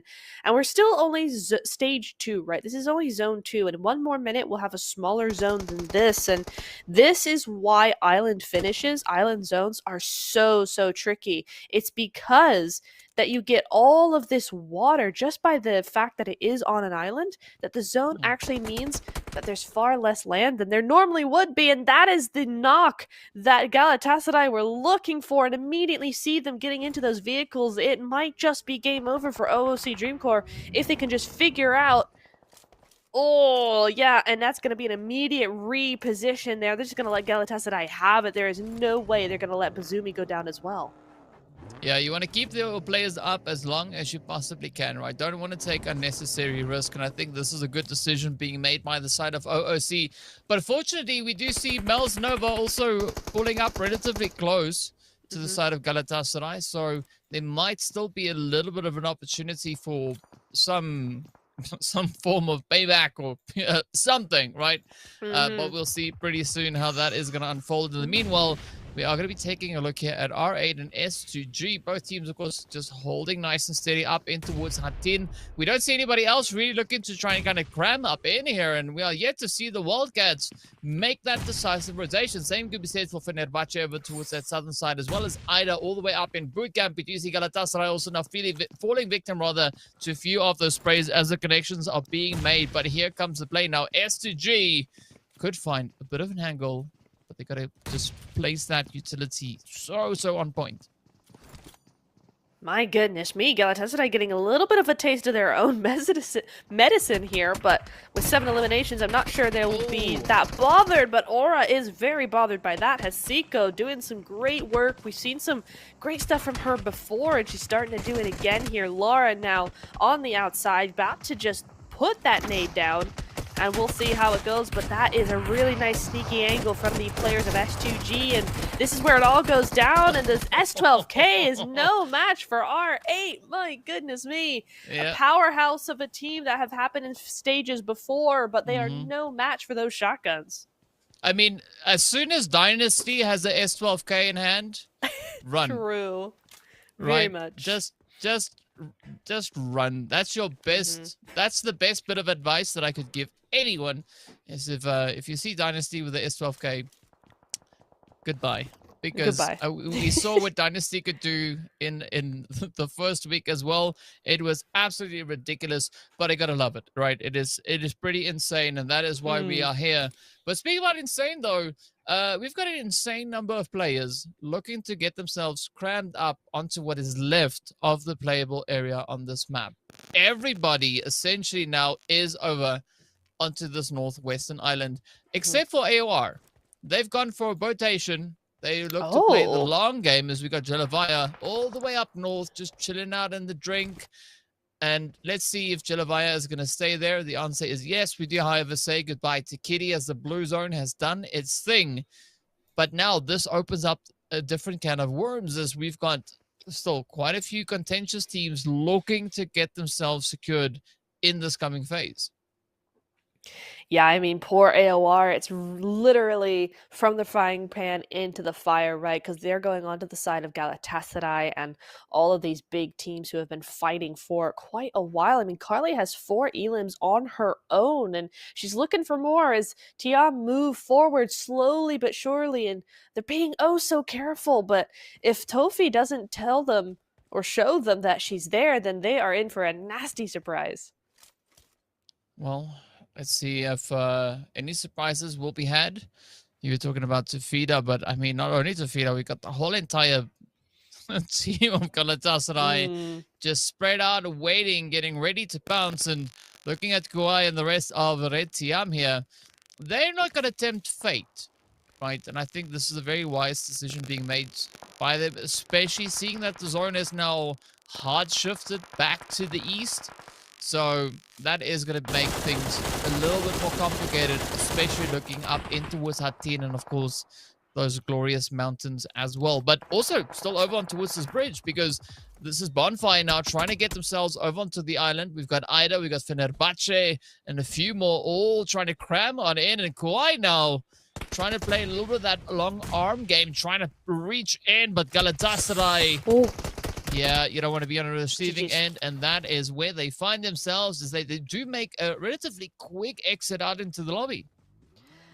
Yeah, this is slightly surprising from Tiam, to be honest, DK. I know we've been discussing them a lot, but this is not the gameplay that we saw from them in Phase 2, right? I mean, yes, maybe they're having a bit of a quieter day and, you know, they'll really step it up in the final 2 days or even the final day itself, right? Do just enough to be in the running for that 3rd day, perhaps. But I think in Phase 2, we saw a lot more from them right off the bat, and I think that's kind of what we were expecting here as well, but it just has not been the case so far. Lighter go down as well, but that's the first time they go out in the outside the top 10 position there, and Fenerbahce just holding the line against Ida now. But Ida with 6 eliminations, even if they go out here, that's still a decent game. Yeah, it still is. So let's see if Ida could maybe find a way to scrape through. I don't quite see that happening, especially this being stage 4, as we know that HP bar is going to start tanking very, very quickly. But for Fenerbahce, there could maybe still be a little bit of a something to pick up along the way. I'm just looking at that full dozen elims that has been secured. I mean, I know usually we say that Sanhok is the map on which you can look to get aggressive to make up for points. That's unnecessary. So true. And of course, I mean all of this in the best possible way, right? Yes. This is just like, it's my mind is, every time they just kind of slightly break and blow my mind all at the same time. It's so true. It's like, okay, all right, now you're just showing off. We know you're amazing and you always are. And, you know, but Sanhok's supposed to be for the teams that aren't doing so well, perhaps, you know. But no, I mean, to be honest, Galatasaray have always been very good on Sanhok. It's either make or break a bit for them. Either they go out very early or they dominate. And this time around, they are absolutely dominating. A great show from them. And again, they're just waiting in the wings, though, right? They're not even continuing that push and push and push and push. They're being very strategic with how they play this, and it's really, really paying off. And moreover, it's actually paying off in the long run on that leaderboard as well. So they are really playing for the win here. It's obvious. Yeah, I mean, but you can't beat their strategy. It is just it's just such a well thought out strategy, and it's working exceptionally well for the way that they play, right? So big GG to them, and we're probably not going to stop talking about them because they're giving us ample reason to continue to talk about them. But we want to see what the rest of the teams are going to be looking to bring to the table here, because not noobs also just trying to get themselves positioned a little bit further towards the east than when we saw Goat doing right there. Wildcats, though, finding themselves a bit of an opportunity, still rather spread out, but understandably they are only a duo, so they are trying to cover as much ground as they possibly can. And I think this is a good play, just sneaking up in towards at least that northeastern side of Hattin could allow them a bit of an opportunity here. But let's see what Sarah now does. Quick cheeky nade out. Ooh, quick reposition. Not necessarily something that Bonfire want kind of getting handed here to them. But Seren just waiting to see what that S12K can bring, as a quick reposition will be awarded here. But now, Bonfire, they need to bounce back, right? They need to get up, back on their feet, and keep that force going. As we do see Atlas again swinging forward with absolute brutality. She sure is. A great little spray out there onto S2G, and they might be able to get Dynasty up here, but they may not have the time, right? Maybe they have the ability, but the time might not be on their side as all these teams are pressing in towards them.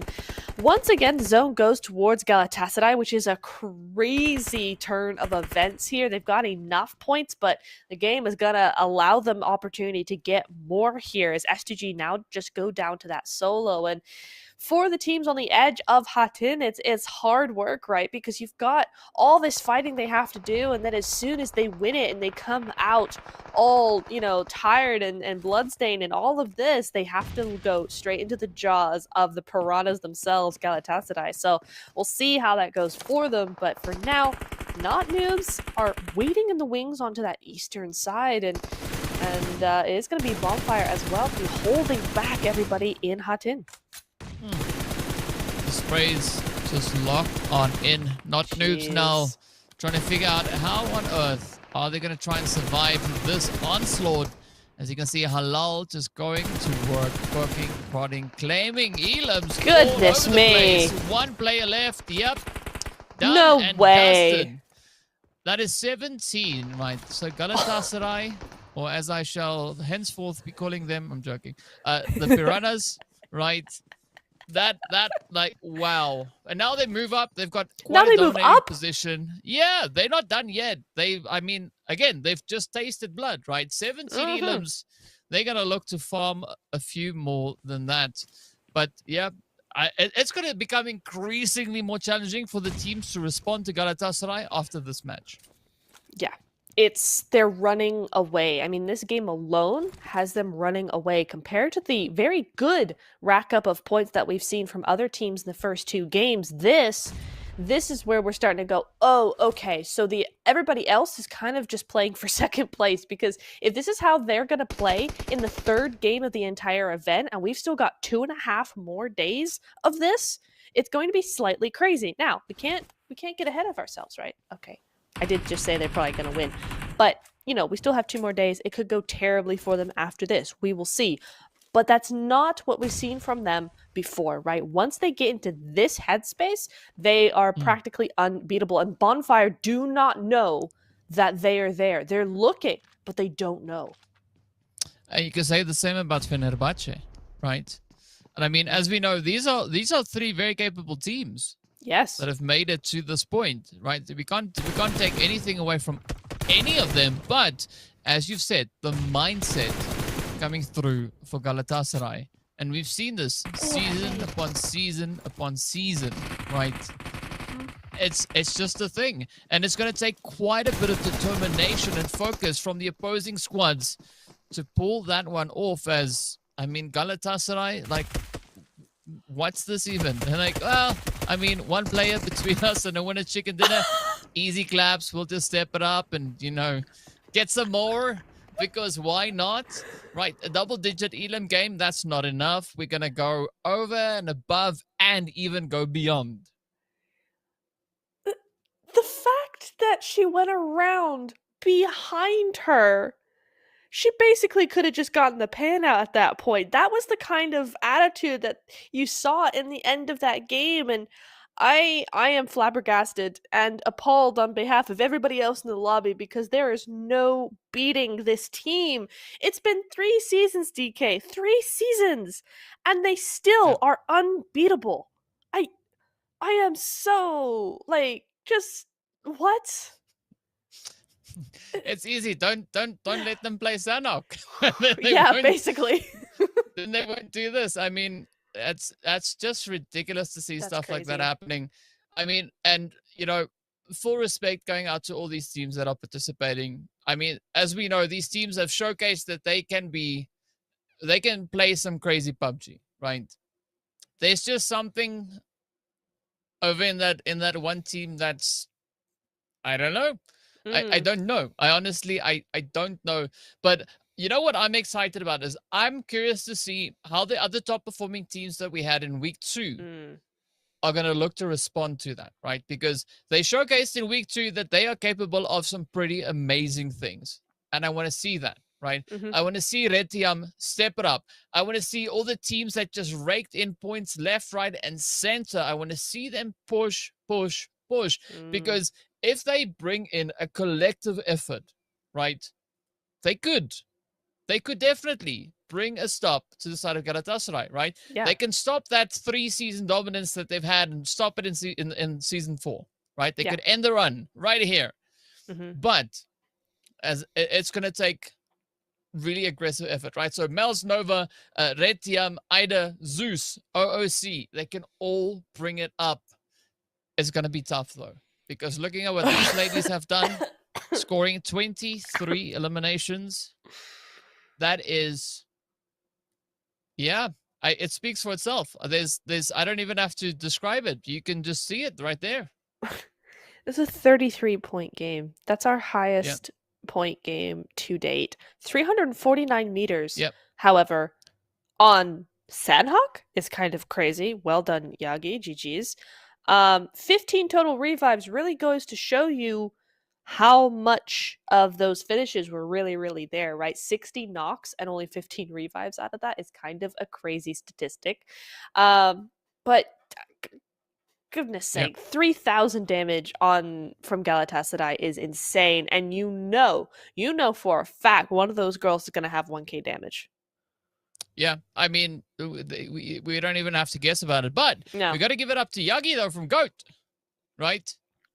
Up in the mountains, reigning supreme, coming through with nearly 350 meters of a hit. On the map of Sanok, that's like hitting a 600-meter shot on the other maps. But, I mean, okay, close. Hilal, 5 points away. 5 damage points, right? That is like a loud cough away from hitting 1,000 points. Securing those 7 eliminations. Yeah, absolutely insanity that we had coming through in the jungle. But now comes the other question, and we got to take a look and see what the points are, right?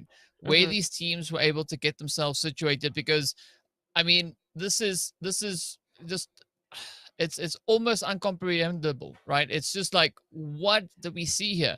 I mean, Zeus, OOC, the total eliminations that they've brought in on Sanok, all the previous Sanoks that we've had, it doesn't match the 23 that we've got right over there, right? I mean, it is ridiculous. But 33 bomb, it's not often that we see that one happening. No, and a lot of teams not having points because, for obvious reasons, right? But I mean, just trying to wrap your mind around what we just witnessed on this game. It is insane. It's insane. It's actually insane. It's probably one of the biggest games we have, or I have certainly ever seen, right? And I also want to just point out that yes, a lot of teams did go out with 0 points, but most teams got eliminations, right? There's only 5 out of the 16 teams that went home with no points whatsoever. And of course, Galatasaray going, oh, there we go, our rightful place at the top of the leaderboard by 10 points. Now remember, Bonfire and GOAT, both of these teams in the first 2 games had a really, really good game. They won both of their respective games. And Bonfire, remember, 1v4 against Galatasaray. Well, they really did have the last laugh there, because now they're beating them by 10 points. Yeah. I mean, you can't fault the performances that we've seen so far, but I think this, I'm hoping that this would spark a bit of hopefulness from teams over on the right-hand side of the standings, right? To kind of just, come up and say, cool, we're going to give it a bash. Because they've shown, as I've mentioned previously, in the previous week, they've shown what they can do, and we want to see that again. Just play like that again. Bring it out, bring it out, and it's gonna be crazy. I mean, Purple for one, right? Purple could definitely pull a few rabbits out of hats. Yeah, I mean, she's done a really, really good job so far. She's continuing to get those eliminations and continue her run on the board. I mean, it's just that Galatasaray dominate completely because of that epic game there, 13 and 6 eliminations respectively. So Purple's now got a little bit more of a fight ahead of her to get that #1 spot back, but still, she's still in the running, right? It goes to show Bonfire also had a really, really good game on that Sandhawk. But DK, I'm tired. I'm exhausted after just watching that. I think all the other players and teams are going to have a little bit of a rest in between this one and the next Miramar coming through. So I think we're going to have to go for a short little break just to give them a little bit of a cool down before our Miramar, because we know that temperature is going to get right back up to boiling point. So stay tuned. We'll be back in a few minutes, and yeah, see you next time. Later.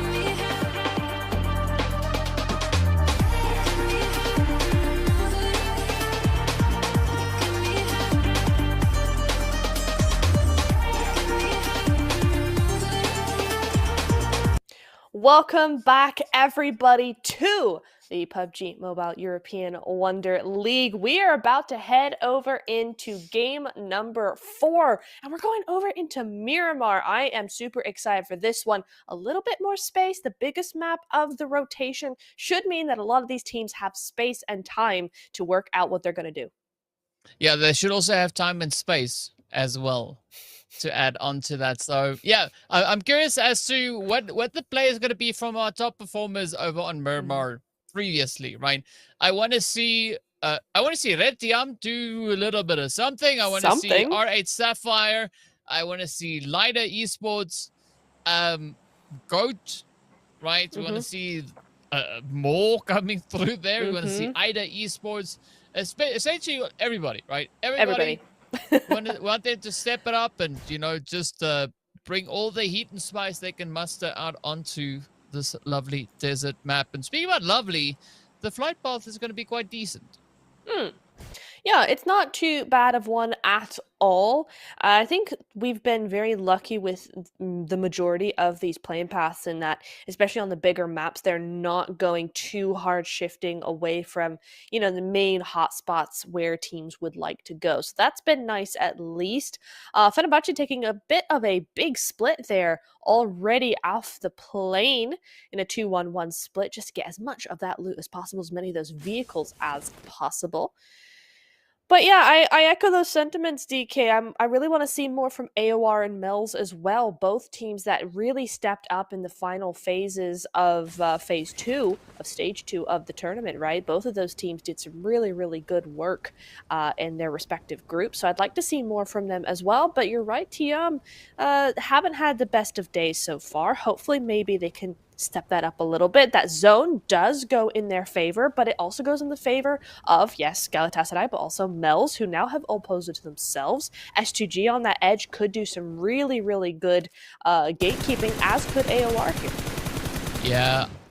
Pmewl don't have posed to themselves. Oh, they don't? That color. Yep. Ooh. Yep.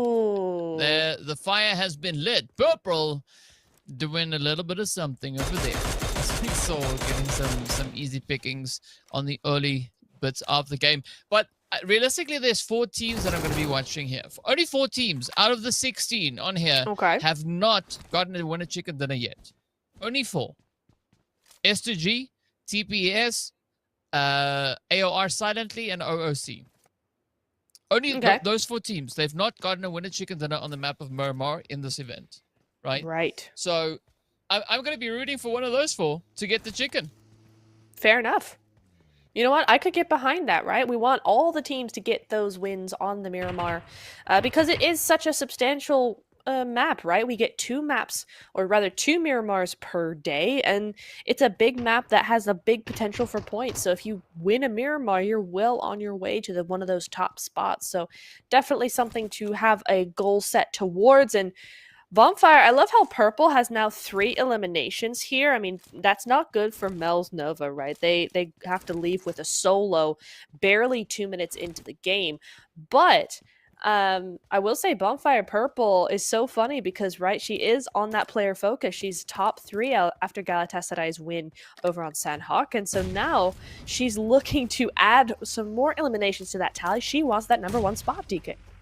Yeah, and I mean, it's great to have Atlas also on the squad as well alongside Purple. Just shows you that there's a very balanced play coming through for the entirety of the squad. But speaking of balance, AOR, they're going to do a bit of that balancing themselves as they do find themselves, find the players here from Red Team Blossom alongside them.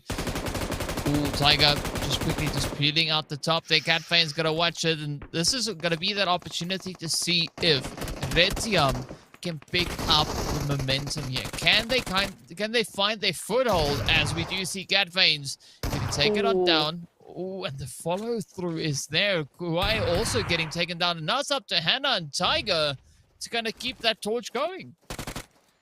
It is indeed, but they're a little bit split, and Taiga is very easily dealt with. And AOR, I mean, I did say I wanted a step up from them. I didn't necessarily mean at the expense of Tiam, which was another team we've been mentioning as wanting to see more from them. But you know what? It had to be somebody. So Tiam do go out very, very early on, but we do see AOR stepping up. Yeah, I mean, that's great for AOR. As I said, they're one of those 4 teams that need a winner chicken dinner, right? But yeah, I want to echo what you said. It's just like we didn't mean that. But, yeah, you know, not that one, please.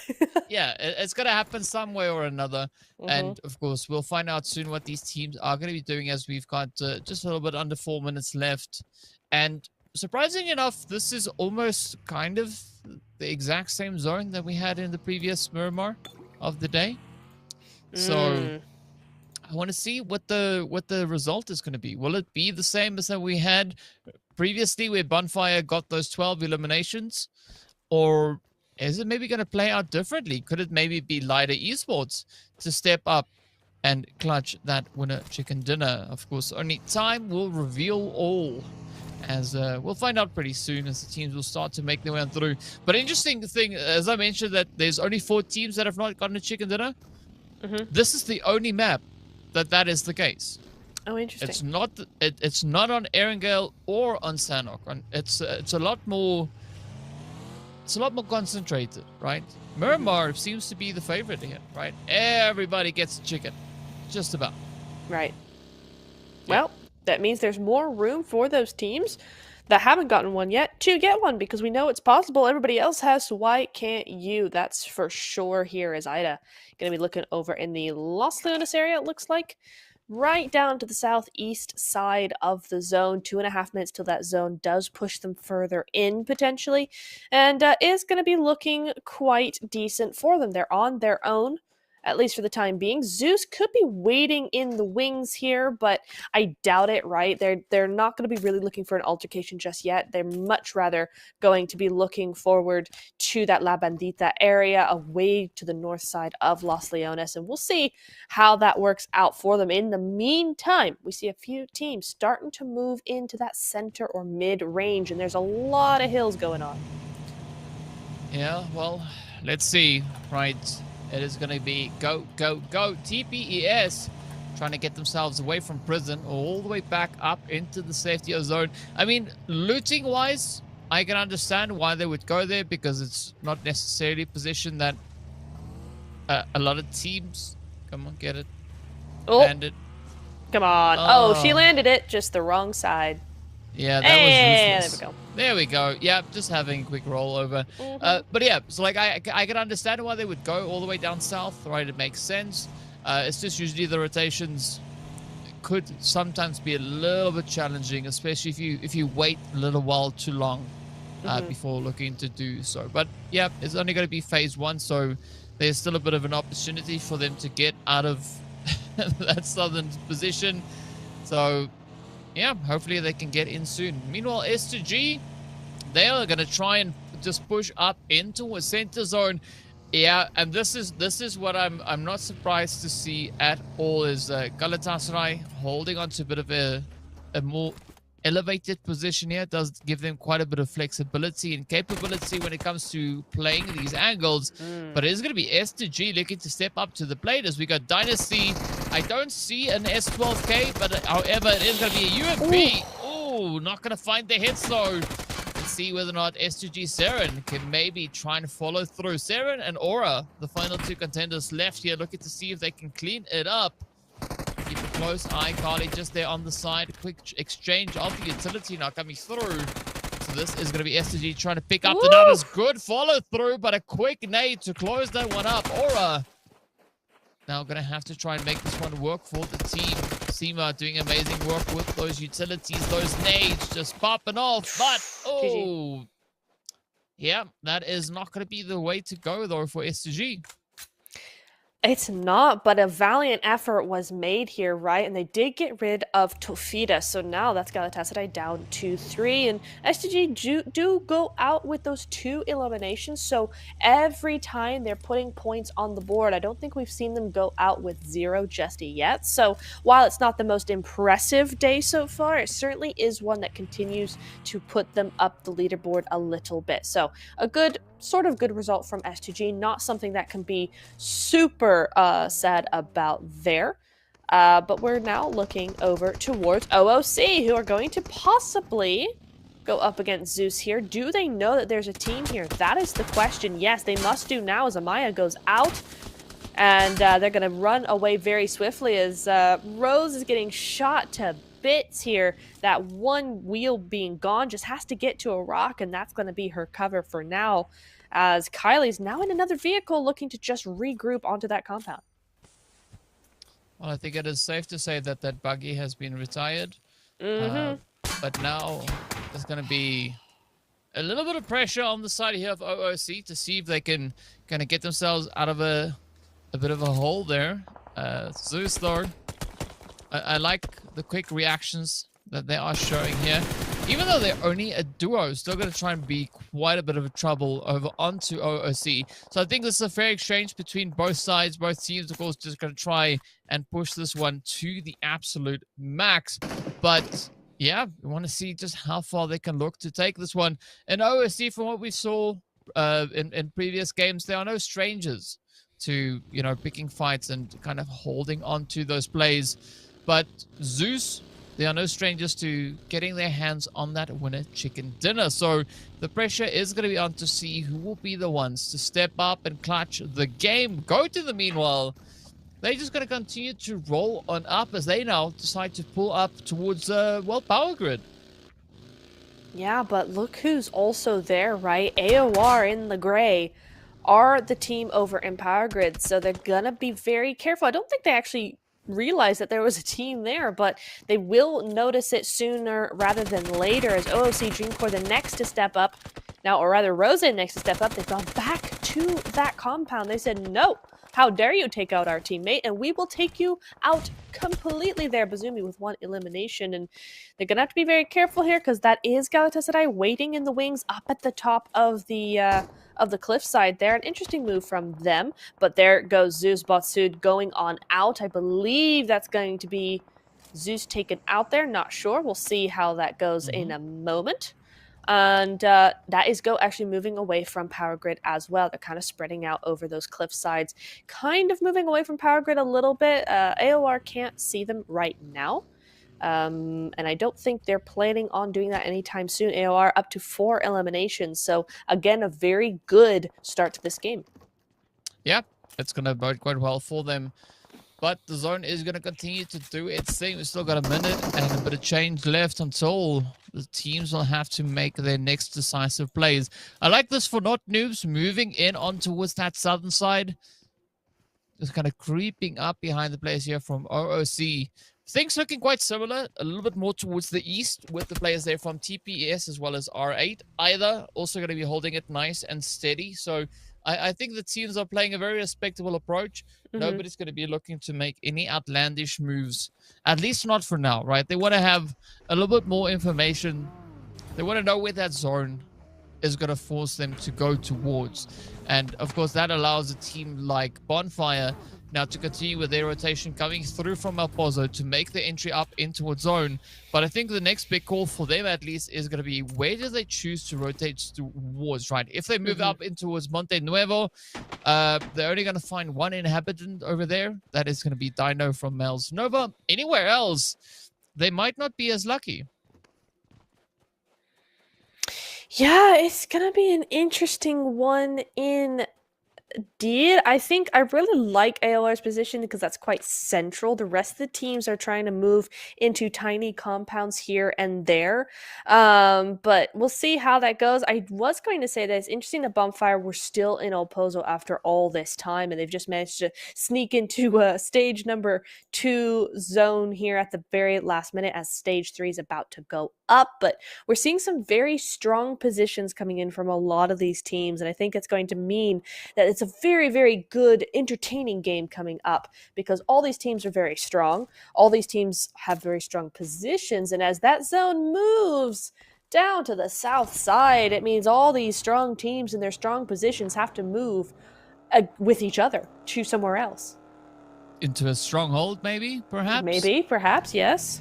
Yeah, that would come strongly recommended, I'd guess, right? But anyway, speaking about strong, there are two teams with some pretty good setups coming into the zone. That is going to be R8 as well as TPS, right? So R8 Sapphire, they are going to be defending, or will have to defend rather, the northern approaches of zone.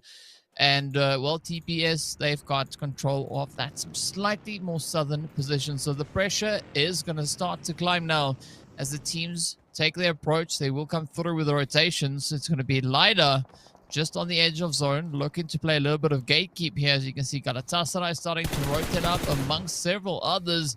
And the opportunity is there now for Lighter to actually play quite a big role into causing problems now for the side of Galatasaray, as they've all decided to rotate up in individual vehicles. So there are several opportunities to strike. But how will Lighter look to execute said position? And of course, elsewhere in zone, the teams just continue to apply themselves, looking to move a little bit further forward, while at the same time not overextending their reach. Yeah, it's so difficult to not do that, though, right? The overextension is so easy to do and so dangerous for a team, because the minute you overextend just the slightest little bit, you will be taken out here. There's too many teams with too many eyes, and you've really got to make sure that you know exactly where you should and should not be. And looks like Yagi figured out where she shouldn't be, because Lighter taking a good shot at her. They are going to get that res back up. That's not a problem. But it was just a warning, you know, like, hey, maybe don't peek that window because we are watching you. And Lighter going to be one of those teams definitely on my books to watch, because we saw so much coming in from them so far in the tournament, right? And right now, in 4 games in, we haven't seen that much from them. I think we had a really good first game from them, but after that it's been a little bit slower than we're used to seeing from them. So a good game here would put the record straight. Yeah, I mean, like on Miramar alone, they brought in 40 eliminations and 2 chicken dinners. So I can't see why they can't do that again. Not necessarily 40 eliminations in one game. I don't think the game works that way, but sure, right? Just bring in all the heat, all the aggression they can find. And statistically speaking, based on what we've seen so far, they've got about a 13% chance to win, right? Or rather, they've won 13% of the matches, 2 out of the 8 that they've played. So yeah, it's well, rather that's 2 out of the 5. I stand corrected. My math was failing me there for a quick second. But yeah, so there is a great chance, a great high probability for them to have quite the successful run. But it's all going to depend on how it all unfolds for them. Speaking about unfolding, things are looking to go a little bit more on the aggressive end here between Fenerbahce and Gold, as both teams are having their go. Ooh, Yagi getting real close on low HP there. Isn't she just? My goodness me. And you're seeing actually a little bit of a third party coming through there as well, I think, on the side of Wildcats. Not sure. But they're looking for that final player, Fenerbahce, and she goes down eventually, but not without a little bit of searching through that smoke there. But a 0-point game for them is not what they wanted to see. And oh, Dino just staying very quiet. She's a solo. She needs to get to zone. She cannot afford to make noise here. And so she's just going to allow OOC to just move out of the way, go on with their day, and just wait for them to leave so she can move herself. So very tense moments over there by the Chumacera area. But we'll see now. But Go Invicta, not satisfied with just Fenerbahce, now on the move inwards and looking to go straight behind the Wildcats and take shots. Well, let's see if that could maybe find themselves a little bit of a something here. The Goats up against the Gats, right? Yeah, sure, let's go for it. But the Wildcats, they are not just going to sit around and have the Goats poke and prod at them. Fortunately for the Goats, though, they've got a slight bit of a numbers advantage here. Well, I mean, the element of surprise to some extent, right? They're going to have to be very quick about it. But let's see now, in the meanwhile, as we take a look over onto a nice bit of tranquility on the east. It's Ida Esports now trying to find a few more victims. The Wildcats trying to double down on their efforts. Goats still going to try and make a bit of a play. But see, this is the challenging part for Goats because they kind of don't have much of a choice, right? They can't go west because that's where R8 is. They can't go further over on towards the eastern side because that's where Bonfire is. So they're going to have to pick a fight. So they have one of 3 teams to choose from. So very, very limited options here for them. And yeah, of course, well, Wildcats it seems to be. But Yagi, better watch out because R8 is going to spot them as well. Oh my goodness me. Yeah, Yagi wanted that off angle and quickly realized that was not the off angle to take there. She's going to be moving straight back to her teammates. And yeah, you're right. Goat have put themselves in an unfortunate predicament that suddenly, you know, kind of just sprung out of nowhere all of a sudden there. So they're going to have to try and make the best of that. Ida, on the other hand, have free reign over the eastern side of the zone as OSC Dreamcore do go out eventually. And Ida just looking for any sort of shots they can take. Surely sees that, but no, not quite enough there to take a shot. But the zone has hard shifted. If you look towards the position of Ida, the zone's nowhere near them. In fact, nowhere near most of these teams, DK. We're looking at TPES being the only team truly in zone. Yeah, it's an interesting play that we have here now for the teams to try and make. And earlier I was trying to say that the Pmewl Nova, Dino, right, just trying to survive and trying to just, you know, be unseen. It's almost like Drax the Destroyer in Guardians of the Galaxy. Okay. Just standing there quietly eating chips and, you know, nobody really noticing that Drax is there. That's kind of the play that... you know, Pmewl Nova Dino is going to go for here. Well, at least I'd like to think so. But in the meanwhile, that's definitely not what's going to happen up north because it's going to be R8, it's going to be the Wildcats, it's going to be Bonfire with a side order of Goat in here as well. Like, it is going to be absolute chaos as we do say goodbye to Goat and Victor as they make their way back to the lobby. Pmewl Nova Dino did make it into zone, but no further than that, unfortunately. And with that, we are down to our final 9 remaining teams.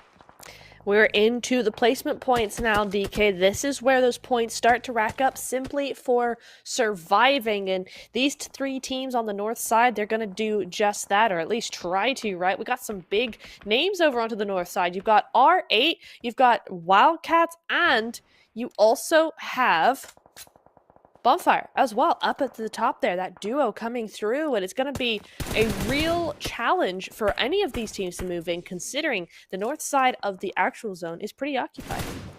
Yeah, I mean, right, so they're going to find themselves in a bit of a predicament over here because they are fighting up in the north to survive, and then once they make it up into zone, they're going to continue to keep on fighting to survive. So things are not going to get any better anytime soon.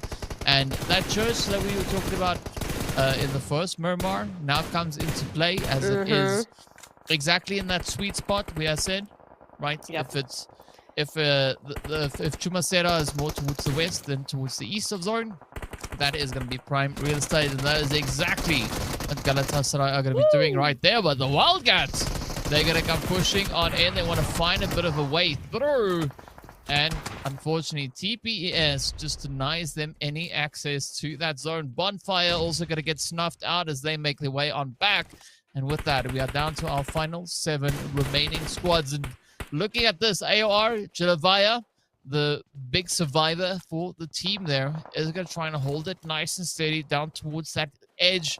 It doesn't seem like Galatasaray are necessarily too overly committed to kind of ending that run, as they do get themselves presented with a few more opportunities. Not noobs, also just inching their way up into zone. Considering that Lighter's position is not in zone, I actually really like that spot for them. It's a bit of high ground that's not so high as Galatasaray so as to actually be seen by them, but it's enough to actually look down on the rest of the lobby as well. It's getting a little cramped though, especially when Lara's got that nade in hand and she might just do something there. Yes, gets one. Interestingly, she doesn't get more than that, but Lara having her own battles to fight there, trying to get into that vehicle. Hasiko is down, and so is Gucci, and Lara just has to run away from everybody, hopefully trying to get to Hasiko. At least she's in zone, right? And gonna have to try and get that res going forward, but Lighter's still waiting in the wings behind her. Well, let's see if that wing waiting. Nope, that's the answer. Oh, so I'm going to pay off as R8 go out in 7th place. At least 5 eliminations to their name. Lighter, though, they're going to now start to lie on down. Just trying to play for some kind of position to hide from as they wait for their 4th player to get back up on their feet. Ooh. But we do see a few teams now starting to push up from that southern side. The blue zone has been absolutely brutal. But we're far from done, as we still have 5 teams left to contest for that winner. Winner Chicken did a TPS, though. Looking pretty good here. They got 4 players up, but now they just need to take that position to the next level as they reach across the ridge into the side there and just find themselves a few additional points of vulnerability at the expense of Lighter Esports. And look at this. Seema is going to be chilling up top, trying to see if they can maybe find a bit of an angle, bit of an opportunity to play at. But Haida, also on the opposite end of zone, needs to see if they could too. Just kind of leverage the angles that they have. You know what I love about this zone is that one player of Ida, Sunshine, I think, or no, it's not Sunshine. It is Fireshine. She's the only player in zone. Only player, not of her team, of the lobby. In zone right now, and she's very well hidden, just holding down that position. So even if Ida, the rest of Ida, do go out here, they're unable to make it into zone. They still have that player, and she may not survive very long, but she survives longer than her teammates. So that is definitely something to watch out for. TPES, on the other hand, have a full squad even after all of this, and they continue to rain down terror on their neighbors over there. Galatasaray just giving that opportunity to move in. Lida as well, trying but not succeeding very well here. Just a solo able to stay out of it. But Seema's the only player left alive for Galatasaray. She's going to try her best to move in. She finds the right angles to do so as well as TPES now make their move in. Well, this could still look quite favorable now for the side of TPS as the blue zone has caught up with Seema. Let's see whether or not Semina is going to be able to find the utility placement. Those nades getting real close. We're still gonna watch it. There we go. Semina takes out Seema as a good play has just been brought through.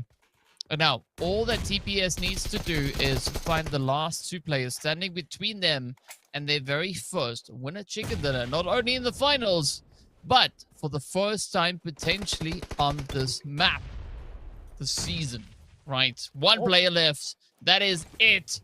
So let's see. Could they clutch it out with 2 players up? It is going to be Melita, I believe, on the opposite end. They're holding nice and steady now for the not noobs. We could still see this being swung the opposite way. One well-placed nade could end it, but it does seem like both teams are going to be looking to bring their players back into the fight. Interesting take that. I was going to say that there's no nades coming through, but I think they've run out, to be honest. It doesn't even matter because that's going to be the one. Can they get the second? No healing necessary. Down they go. TPES, as you said, winning their first game on Miramar. Yeah, well done to them, right? It's about time. Well, yes. Well GG's. Done. Yeah. I mean, what better way to leave it, though, is just for the finals, right? I mean, to claim the chicken where the points matter, where the points could really help solidify and strengthen your position. I mean, perfect timing on bringing in that winner chicken dinner. And I think they're going to feel quite happy about that as well, because, I mean, it's going to aid them quite a bit with regards to points. Because coming into this match, they had 3 points, right? Now, 3 points aren't that many compared to what we see further up the standings. So, you know, definitely going for double digits is going to help them and assist them quite a bit with climbing up those rankings. But as we know, there's only going to be a few spots that would get a share of that prize pool. So you want to get up in the money slots. You absolutely do. And if there's any time really though, DK, to actually move up that leaderboard, it is day one, right? When their points are still small and one good game could put you from 14th position up into third very, very easily. I think we've seen it happen already today. So certainly TPES wouldn't be amiss in doing so themselves, but we'll just have to see how that leaderboard ends up showing up. But yeah, a really, really good show from TPES. Very calm, very collected, full squad coming through there. A really, really good show. Yep, great show indeed coming on there. But, well, now we got to take a look and see just where the point situation is. So we are going to be trying to figure out how many eliminations they got before we actually get to see that. Where do you think the damage counters are? Like 1K, 2K? Where would you say it is before we get to see it? 1.5. Okay, let's take a look. See how you're right. Ooh, okay. Not bad. You pretty close. All well right, done it. I'll take it. 10 eliminations, 1600 damage getting dealt, and only taking half of that. So, nice. Yeah, a pretty good performance coming through here from TPES. But now, right, did they make it into the MVP slot as well? Surely, right? I mean, the thing is, though, yes, they got the win, and yes, they got a lot of eliminations, but so did a few teams as well, right? I think Galatasaray got at least that amount of in points. I think Ida got a good amount of points. Yeah, it's gonna be interesting. There's a few teams there that could take that MVP spot, and we'll see that in just a couple of minutes. Who are you thinking is gonna be MVP before we see it? Ooh, I don't know. It's up in the air. I'll leave it there. All right. But we do see, speaking about up in the air, we got some pretty long shots over there coming through from Hilal as well. Not a lot of health being recovered this time around, right? So it seems like that's kind of a thing. The further we get through the day, the less health the teams recover, the less utilities they use, but the more aggression they bring out onto the battlefield. And of course, Hilal does clutch it out there with that MVP. 5 eliminations and 623 damage also coming in on that. And yeah, I mean, I think it's safe to say that Hilal has definitely raised the game. Yeah. She has. She absolutely has. She has gone above and beyond for her team so far this evening, and there's still one game to go, so we'll see how that shapes up that player focus in the meantime. Purple did a really good job of trying to beat out Hilal here, you know, in the first half of the game. We didn't see too much of her afterwards, so I want to see where she stands after all this, after Hilal's MVP spot here. But here are the match rankings, right? And 20 points going over to them, but Galatasaray again 18 points, keeping that gap really close. Yeah, and that is probably something we're going to see quite a bit of as we move through the rest of our days here. But yeah, a great bounce back coming through from TPES, securing those glorious points for themselves. Also looking over towards the players there from Not Noobs, right? Those 9 points are going to bode quite well for them, seeing that they only found 4 in the prior games. So yeah, this is the opportunity for the teams to try and strengthen those overall angles, the overall plays, and just mount up as many points as they can find. Zeus, though, they've been having a bit of a tough run here today. Again, they found points, right? They secured their 4th point so far. Yep. But we want to see a bit more. Pmewl's also having a bit of a tough start, and we could say the same here for Red Tiam, right? Teams that we're expecting to see quite a bit of a performance, quite a bit of a play from, actually having a bit of a tough start to the day. Hopefully, moving into the following days, day 2, day 3, they're definitely going to look to amp up those approaches. But speaking about amping it up, 69 points. Nice. Coming through there from Galatasaray, securing themselves well on those standings. Yeah. And of course, still, right? Bonfire, they're going to keep on trying to push and trying to contest as best they can. Yeah, really nice show here. You got Galatasaray kind of moving away with that first place a little bit, but you also have 3 teams on 23 points. So while some gaps are starting to be made, you're seeing these teams really, really being able to keep those points as close as possible and keep themselves in the running as we get on into other days. And of course, player focus, Purple gonna have to be satisfied with that 3rd place again, but Carly and Hilal starting to not really run away, but, you know, they're just keeping ahead of it a little bit. Yeah, slow, steady increase, and that is what we're going to continue to see across the board. But yeah, our three predominant players holding nice and steady and consistent there as well. So yeah, I mean, we've got one more match to see just how far they're going to look to push the envelope. And if they could maybe be other contenders looking to rise up into that top 3. Yeah, absolutely. I'm super excited for this last match. This is the last one where teams can kind of mess about and see what the vibe is, right? Tomorrow it is all down to business. So let's see how they're going to leave off this evening. But first, we're going to go to a short break and we'll be right back.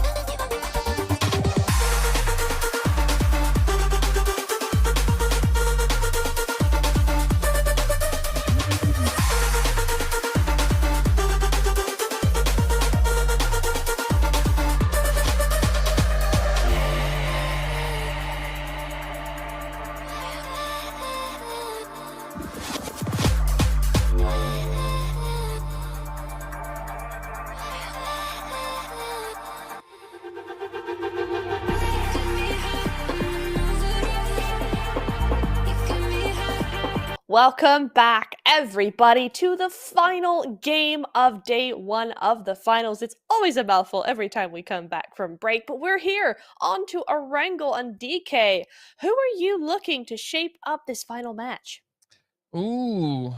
Well, I've already spoken about them, right?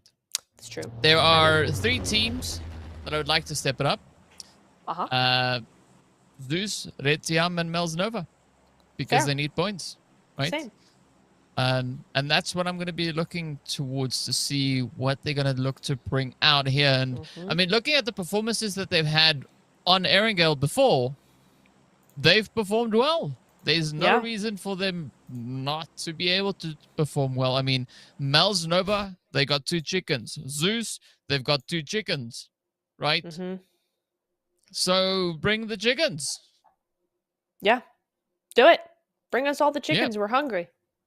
We are hungry for those points. And so are all the rest of these teams, as they are very much looking to all jump out on the south side. It's a little bit busy over here. We got 2 teams over on Millie Island, mostly for Novo and then military base itself. But over by Primorsk, or rather by Ferry Pier, it's looking a little busy because those parachutes aren't going to go all that far, right? And Goat do move over to Quarry, but we're definitely seeing a little bit of a hot drop coming in between Ida and R8. Sapphire and Gucci just AFK for a moment there, just unable to move, and down she's going to go. That's the first elimination before Hasiko has even landed.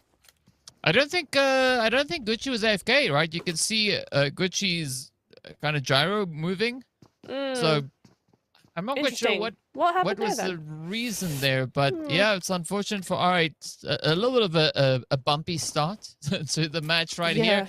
Ida, they're not going to complain. They're happy about it. They got their first elimination on the board, but now it's going to be time for R8 to try and kind of claw their way back on through. But looking at both these teams, they've both performed quite similarly on all the prior maps that we've seen them play on, right? Obviously, Ida, they've played 4 more Erangels than R8 have, but R8, one of those more aggressive teams. You can see Mali landing a beautiful grenade across the way.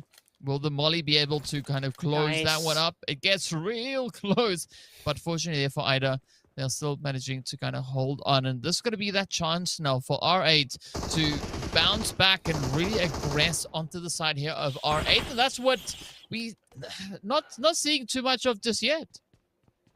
Yeah, I mean, it was a good return of fire with that Molotov and nade, right? But Hasiko going down means that Ida now are left free to push on forward. And Molly is also, you know, taken up with the res and everything. So really, Lara is the only one left to actually do something about this. She's the only one that's not on the front lines who's able to have that long range and maybe a little bit more clarity than is afforded the rest of her team. And Hasiko now the one to go down, and so Molly's now on the front line alone, and Athena's going to be moving in, and Ida taking clear control over this side. I mean, Ida is just so efficient. You just simply can't fault the approach that they are coming through with here. And unfortunately for Lara, I think the best call here would be to just dip out of dodge, right?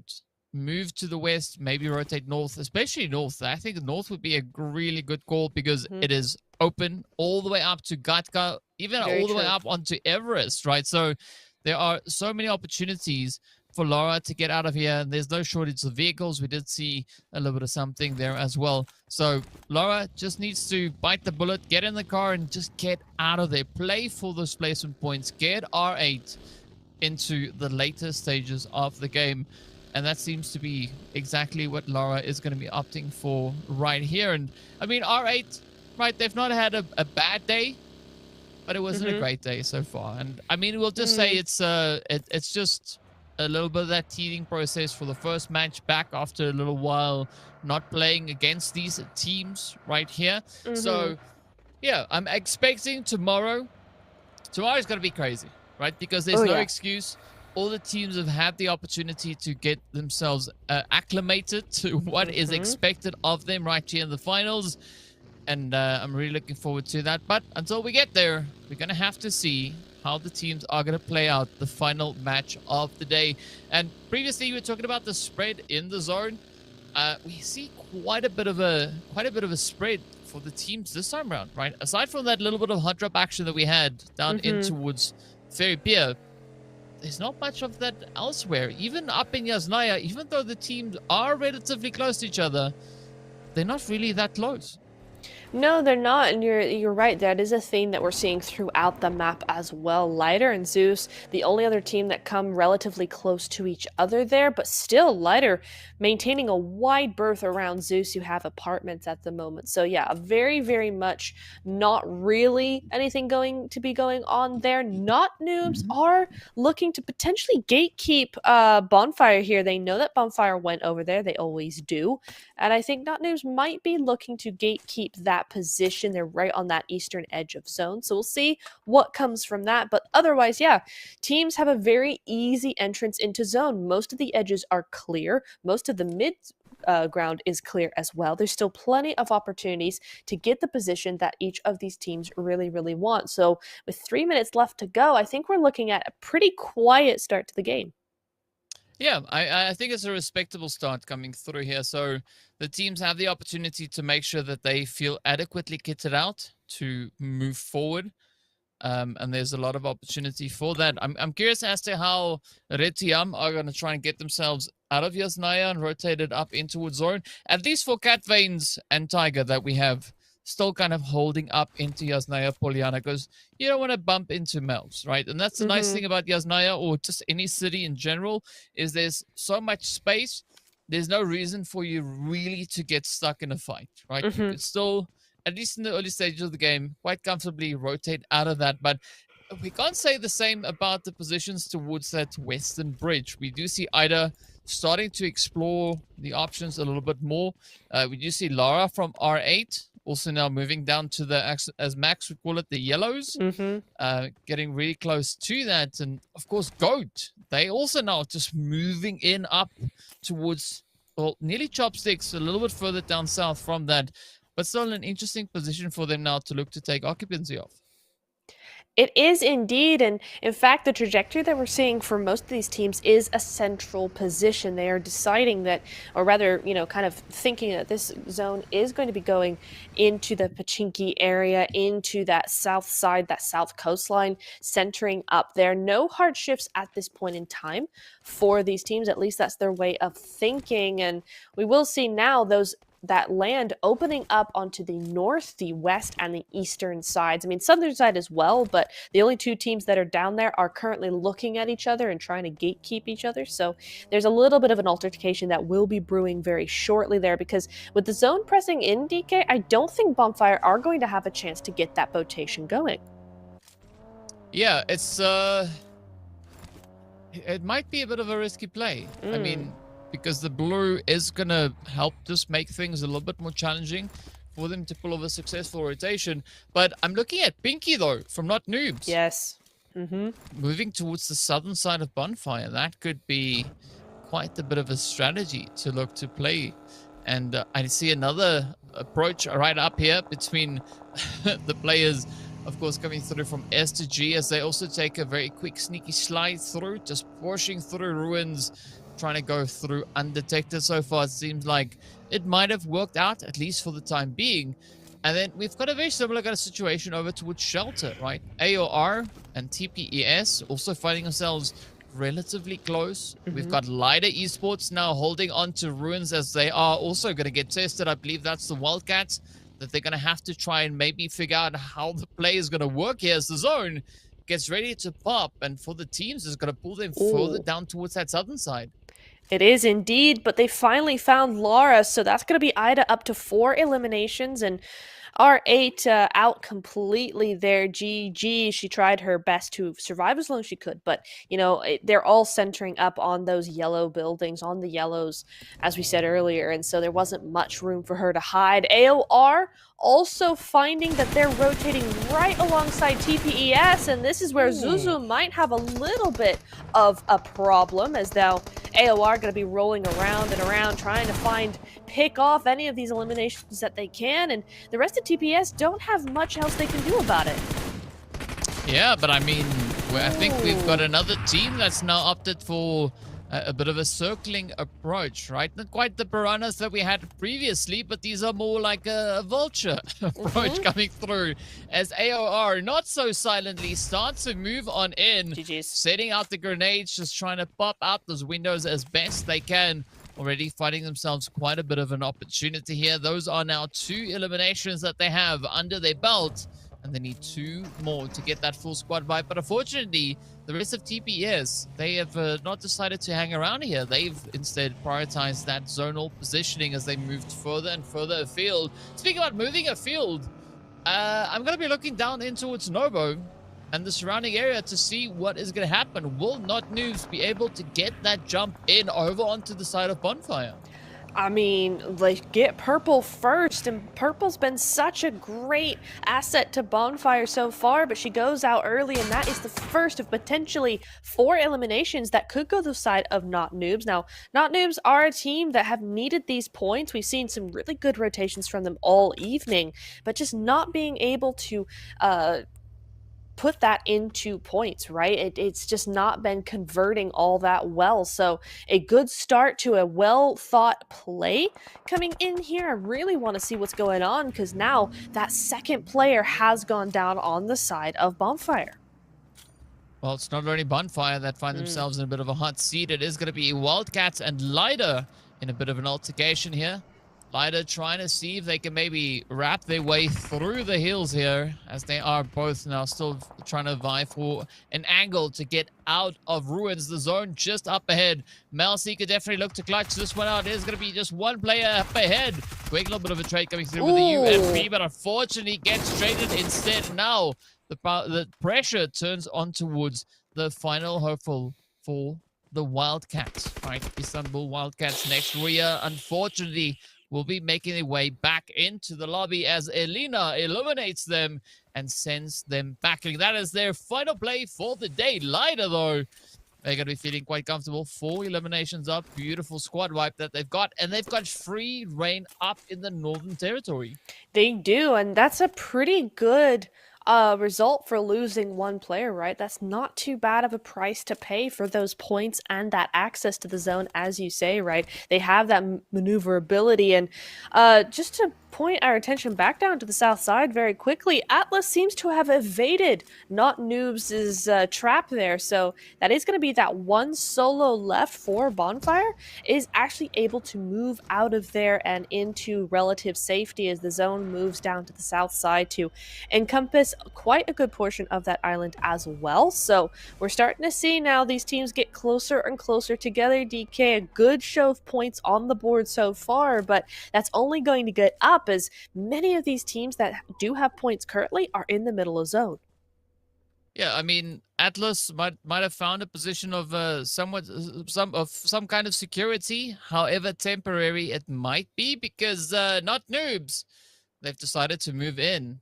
They are going to come rushing straight on forward as they do get that finishing blow, and that is the end as we do say goodbye to Bonfire. But at least Bonfire, they've had a decent day, right? They got 45 points so far, and that's gonna be a-okay, right? It sets them up quite nicely moving into our second day. Speaking about another team that has good points, of course, these ladies right over here from the side of Galatasaray, looking pretty good with regards to that. Fenerbahce, though, also going to try and see if they can find that next strategy to take them that extra bit further. They've got Zeus just to the south of them, and then, of course, they got Retiam and Mels holding just over towards the east, as well as OOC over on towards the edge of the cliffs we can see on the map right there.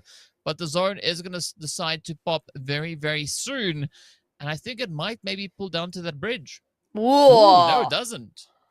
Oh, interesting hard shift. A lot of teams did predict this, and so luckily there's only 5 teams outside of zone right now, right? Unless you count Samina, who's just on the very edge there.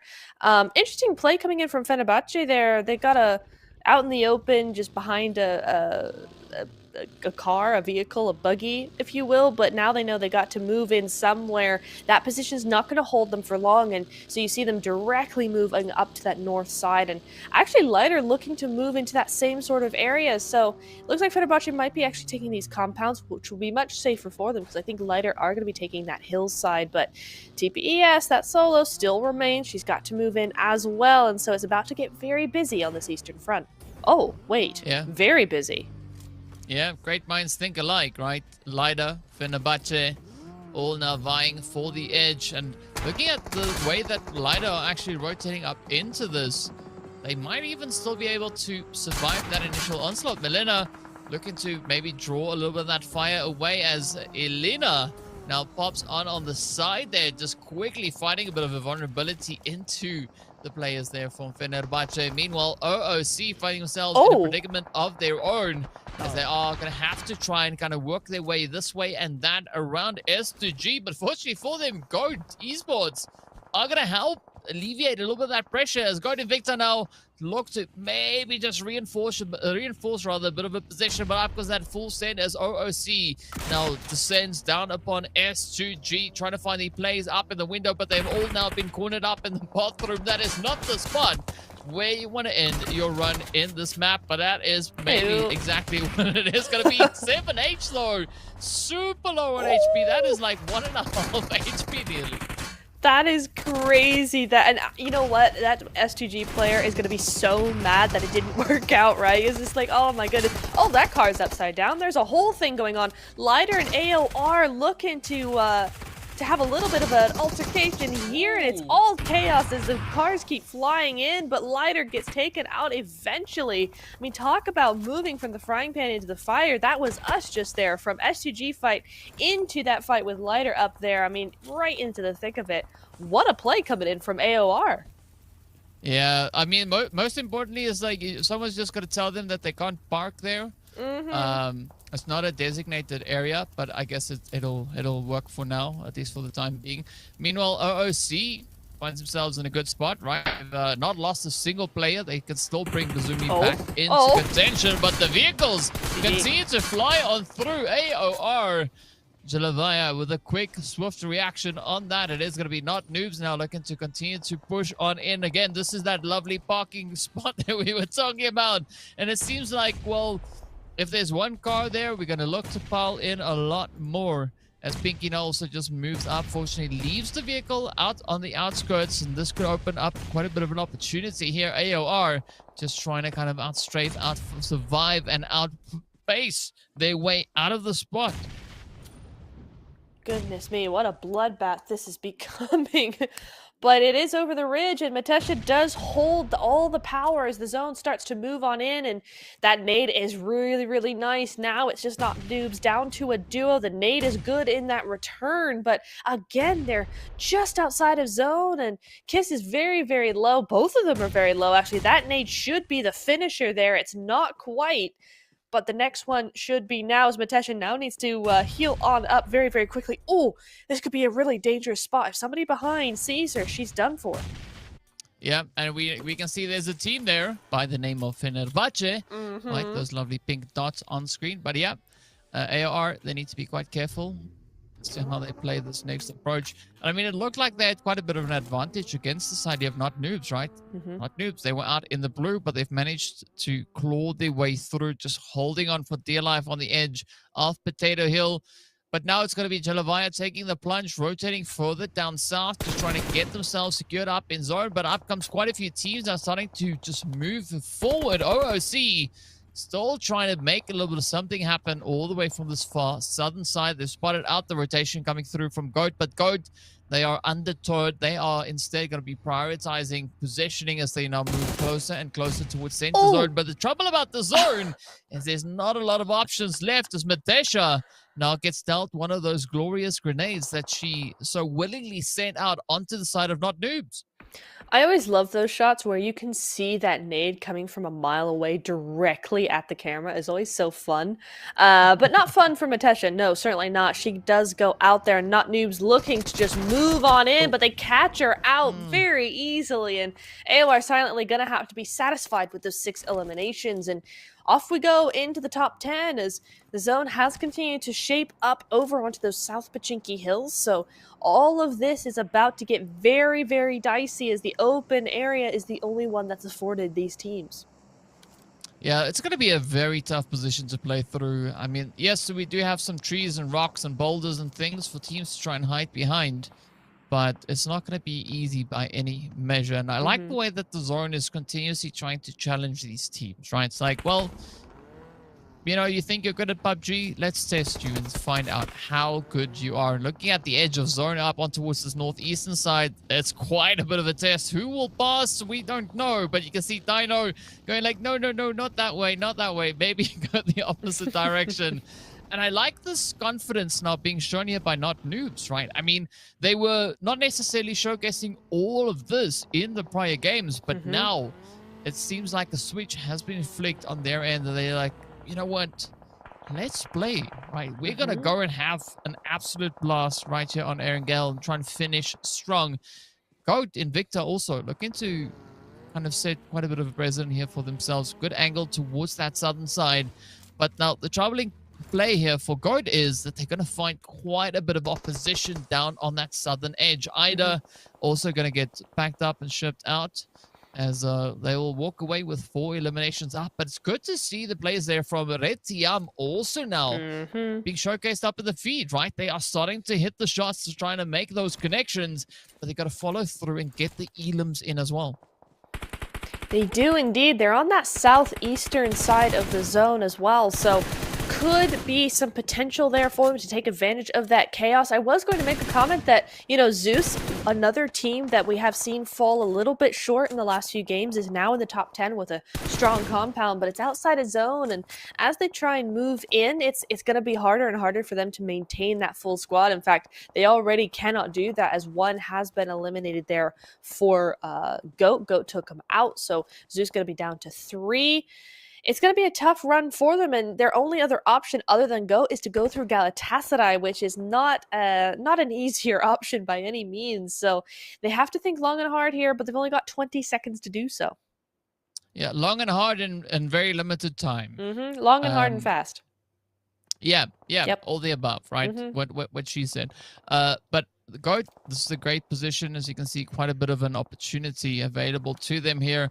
And for Zeus, it's going to be tough, right? But as you've rightly said, Galatasaray are going to be holding just towards that western front. And now OOC comes through. Oh, nice. Could provide a bit of an scapegoat here. Whoa. As they push on forward. Goat, though, getting picked up. Oh, we're going to watch it out as Polia also gets traded on down. And now it turns to Leora to see if she can continue with the performance here for the squad. OOC, beautiful bit of an upset that they've played, but look who it is. Able to hold on as Rose closes the door. Goat go out with 2 elims up, and now Zeus, they've been able to escape. They've snuck into zone. They sure have. Galatasaray were so concentrated on actually third-partying this between OOC and Goat that Zeus were able to just sneak on by, as you said, but Galatasaray went, hang on a second, a team went past us. Let's go get them as well. And so Zeus's victory might be short-lived here, as down they go indeed,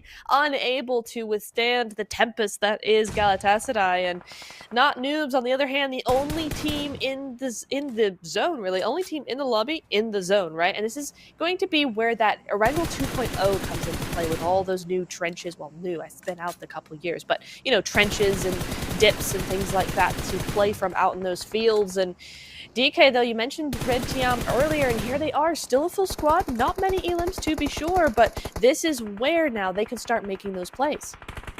Yeah, it gives them a great starting point, or rather a point to continue from, as they are pretty isolated over on towards this eastern side. Not a lot of teams that they have to contest with, but the zone is so small that it is not going to matter all too much. Does spot a bit of an opportunity, but that is going to be Cat Veins getting picked off there as Bazumi laser focuses in.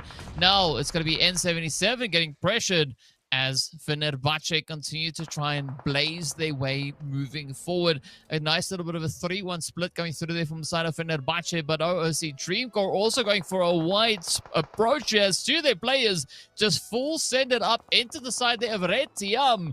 They do find at least some kind of a knock there. That, of course, I believe was Kwai that just got taken on down. But they now continue to rotate further afield, pushing further up north, sneaking up alongside the players here from Not Noobs. And there's absolute chaos and carnage all across the board. Fenerbahce trying to hold on. But it's going to be Kiss now getting dropped on down. A quick little bit of a finish. And that is Fenerbahce still managing to hold strong, hold steady. OOC trying to leapfrog their way in. Not Noobs go out with those 10 eliminations up, but OOC also now stepping up into the double-digit elims. But they have still quite a long way to go to get themselves fully up into that zone.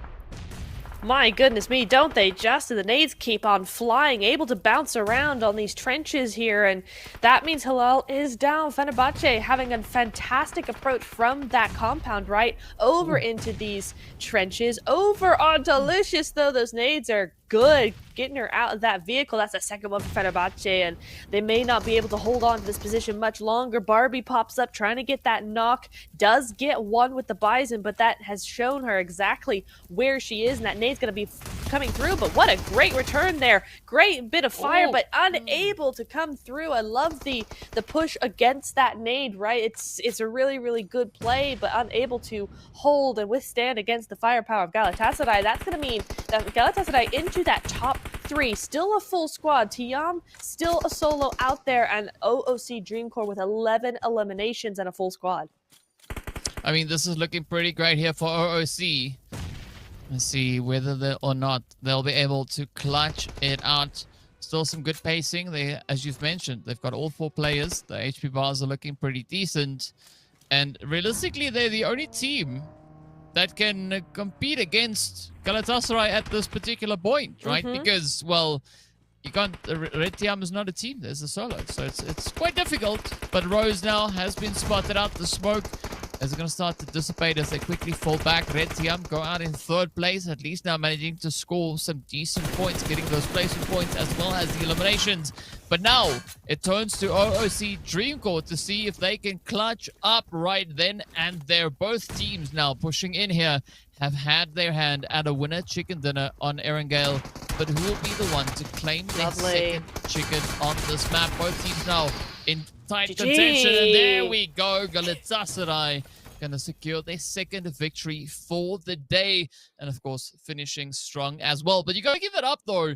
I mean, OOC, going from what we saw last, they had 12 eliminations next to their name, right? That is the kind of performance that we want to see come through here. Teams bring in quite a bit of a response, trying to claw their way back.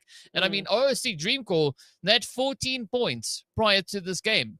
Now they got 12 just in eliminations, and that is exactly what we want to see happen.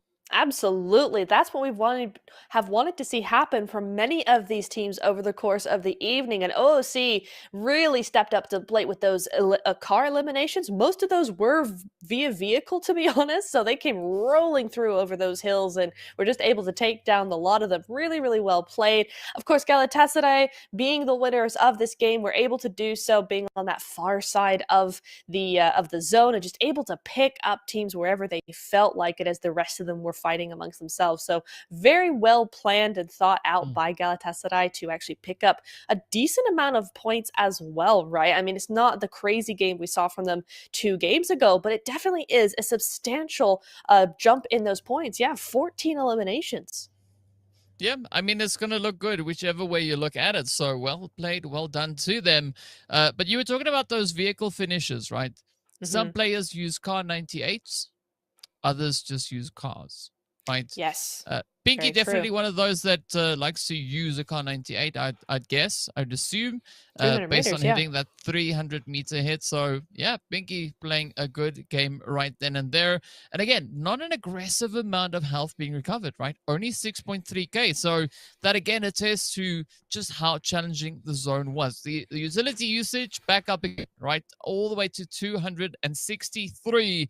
But of course, it is going to be N77 from Not Noobs being our MVP for the match, going 4 eliminations and 876 damage. What a number to come through here. 876, 678. Will we see more from her tomorrow? I'm sure we will, because MVP of the match is a pretty good way to end the evening. Gets all the good vibes for tomorrow as well, as does 24 total points on the board for Galatasaray. That's going to lengthen that gap some more towards the end of the evening. But OOC stepping up massively there. 18 points rather. Not Noobs, 13. And Tiam, Red Tiam, here they are. 7 points on the board is a big jump from where they were.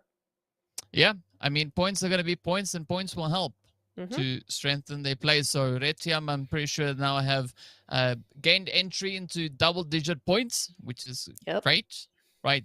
Mel's Nova still keeping consistent with locking in points. As they were able to secure themselves those 2. So very much needed right there. And then, of course, the other team that we were looking at was Zeus, right? Zeus also coming through with their 3 points in total. But there we have it. Wow. So only 2 teams currently sitting on single-digit points. Everybody else now climbing further and further upwards.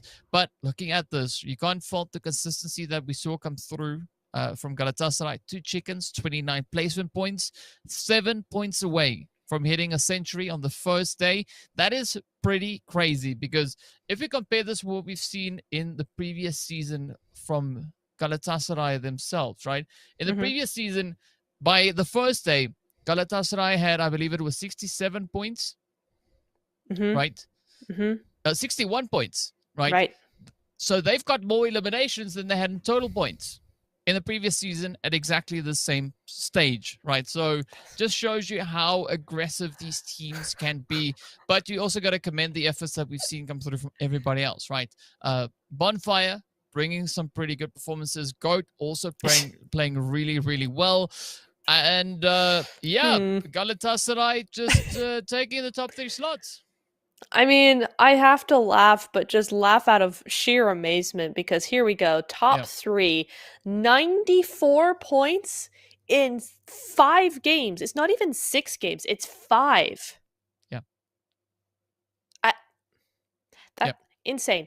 Absolutely insane. I mean, and GG's the rest of those teams. I mean, the rest of these teams have played so well today, right? I mean, if it wasn't some of the teams we might have been expecting, it was other teams. IDA have been giving a lot of these teams a run for their money. Lighter as well, been very, very good towards the end of this evening. And still, we see these kinds of numbers coming through is kind of insane. But yeah, we're looking at a very, very good day 2 coming up. Yeah, I mean, that's a 19-point average per match. It's dropping a 20 bomb almost every game, right? Crazy numbers to look at. But yeah, I think the other teams responded quite well following game 3, right? Game 2, we did see a strong kind of approach coming through there from TPS, who ended with that winner chicken dinner, and of course those 10 eliminations. Game number last, it went the way it went, but still I think the teams played interesting strategies, right? So we did see quite a bit of dynamic approaches being used. Not News, for instance, being an absolute nuisance down in towards Novo and that military island, right? A beautiful strategy being played there by them. But now we want to see where they're going to look to take it to, as you said, moving into day number 2, right? What is the response going to be from these teams? Are they going to look to just claw their way back and be an absolute menace out on the battlefield, or what will the play be? Yeah, I mean, only time will tell. We have to wait until tomorrow to have the answer to that question.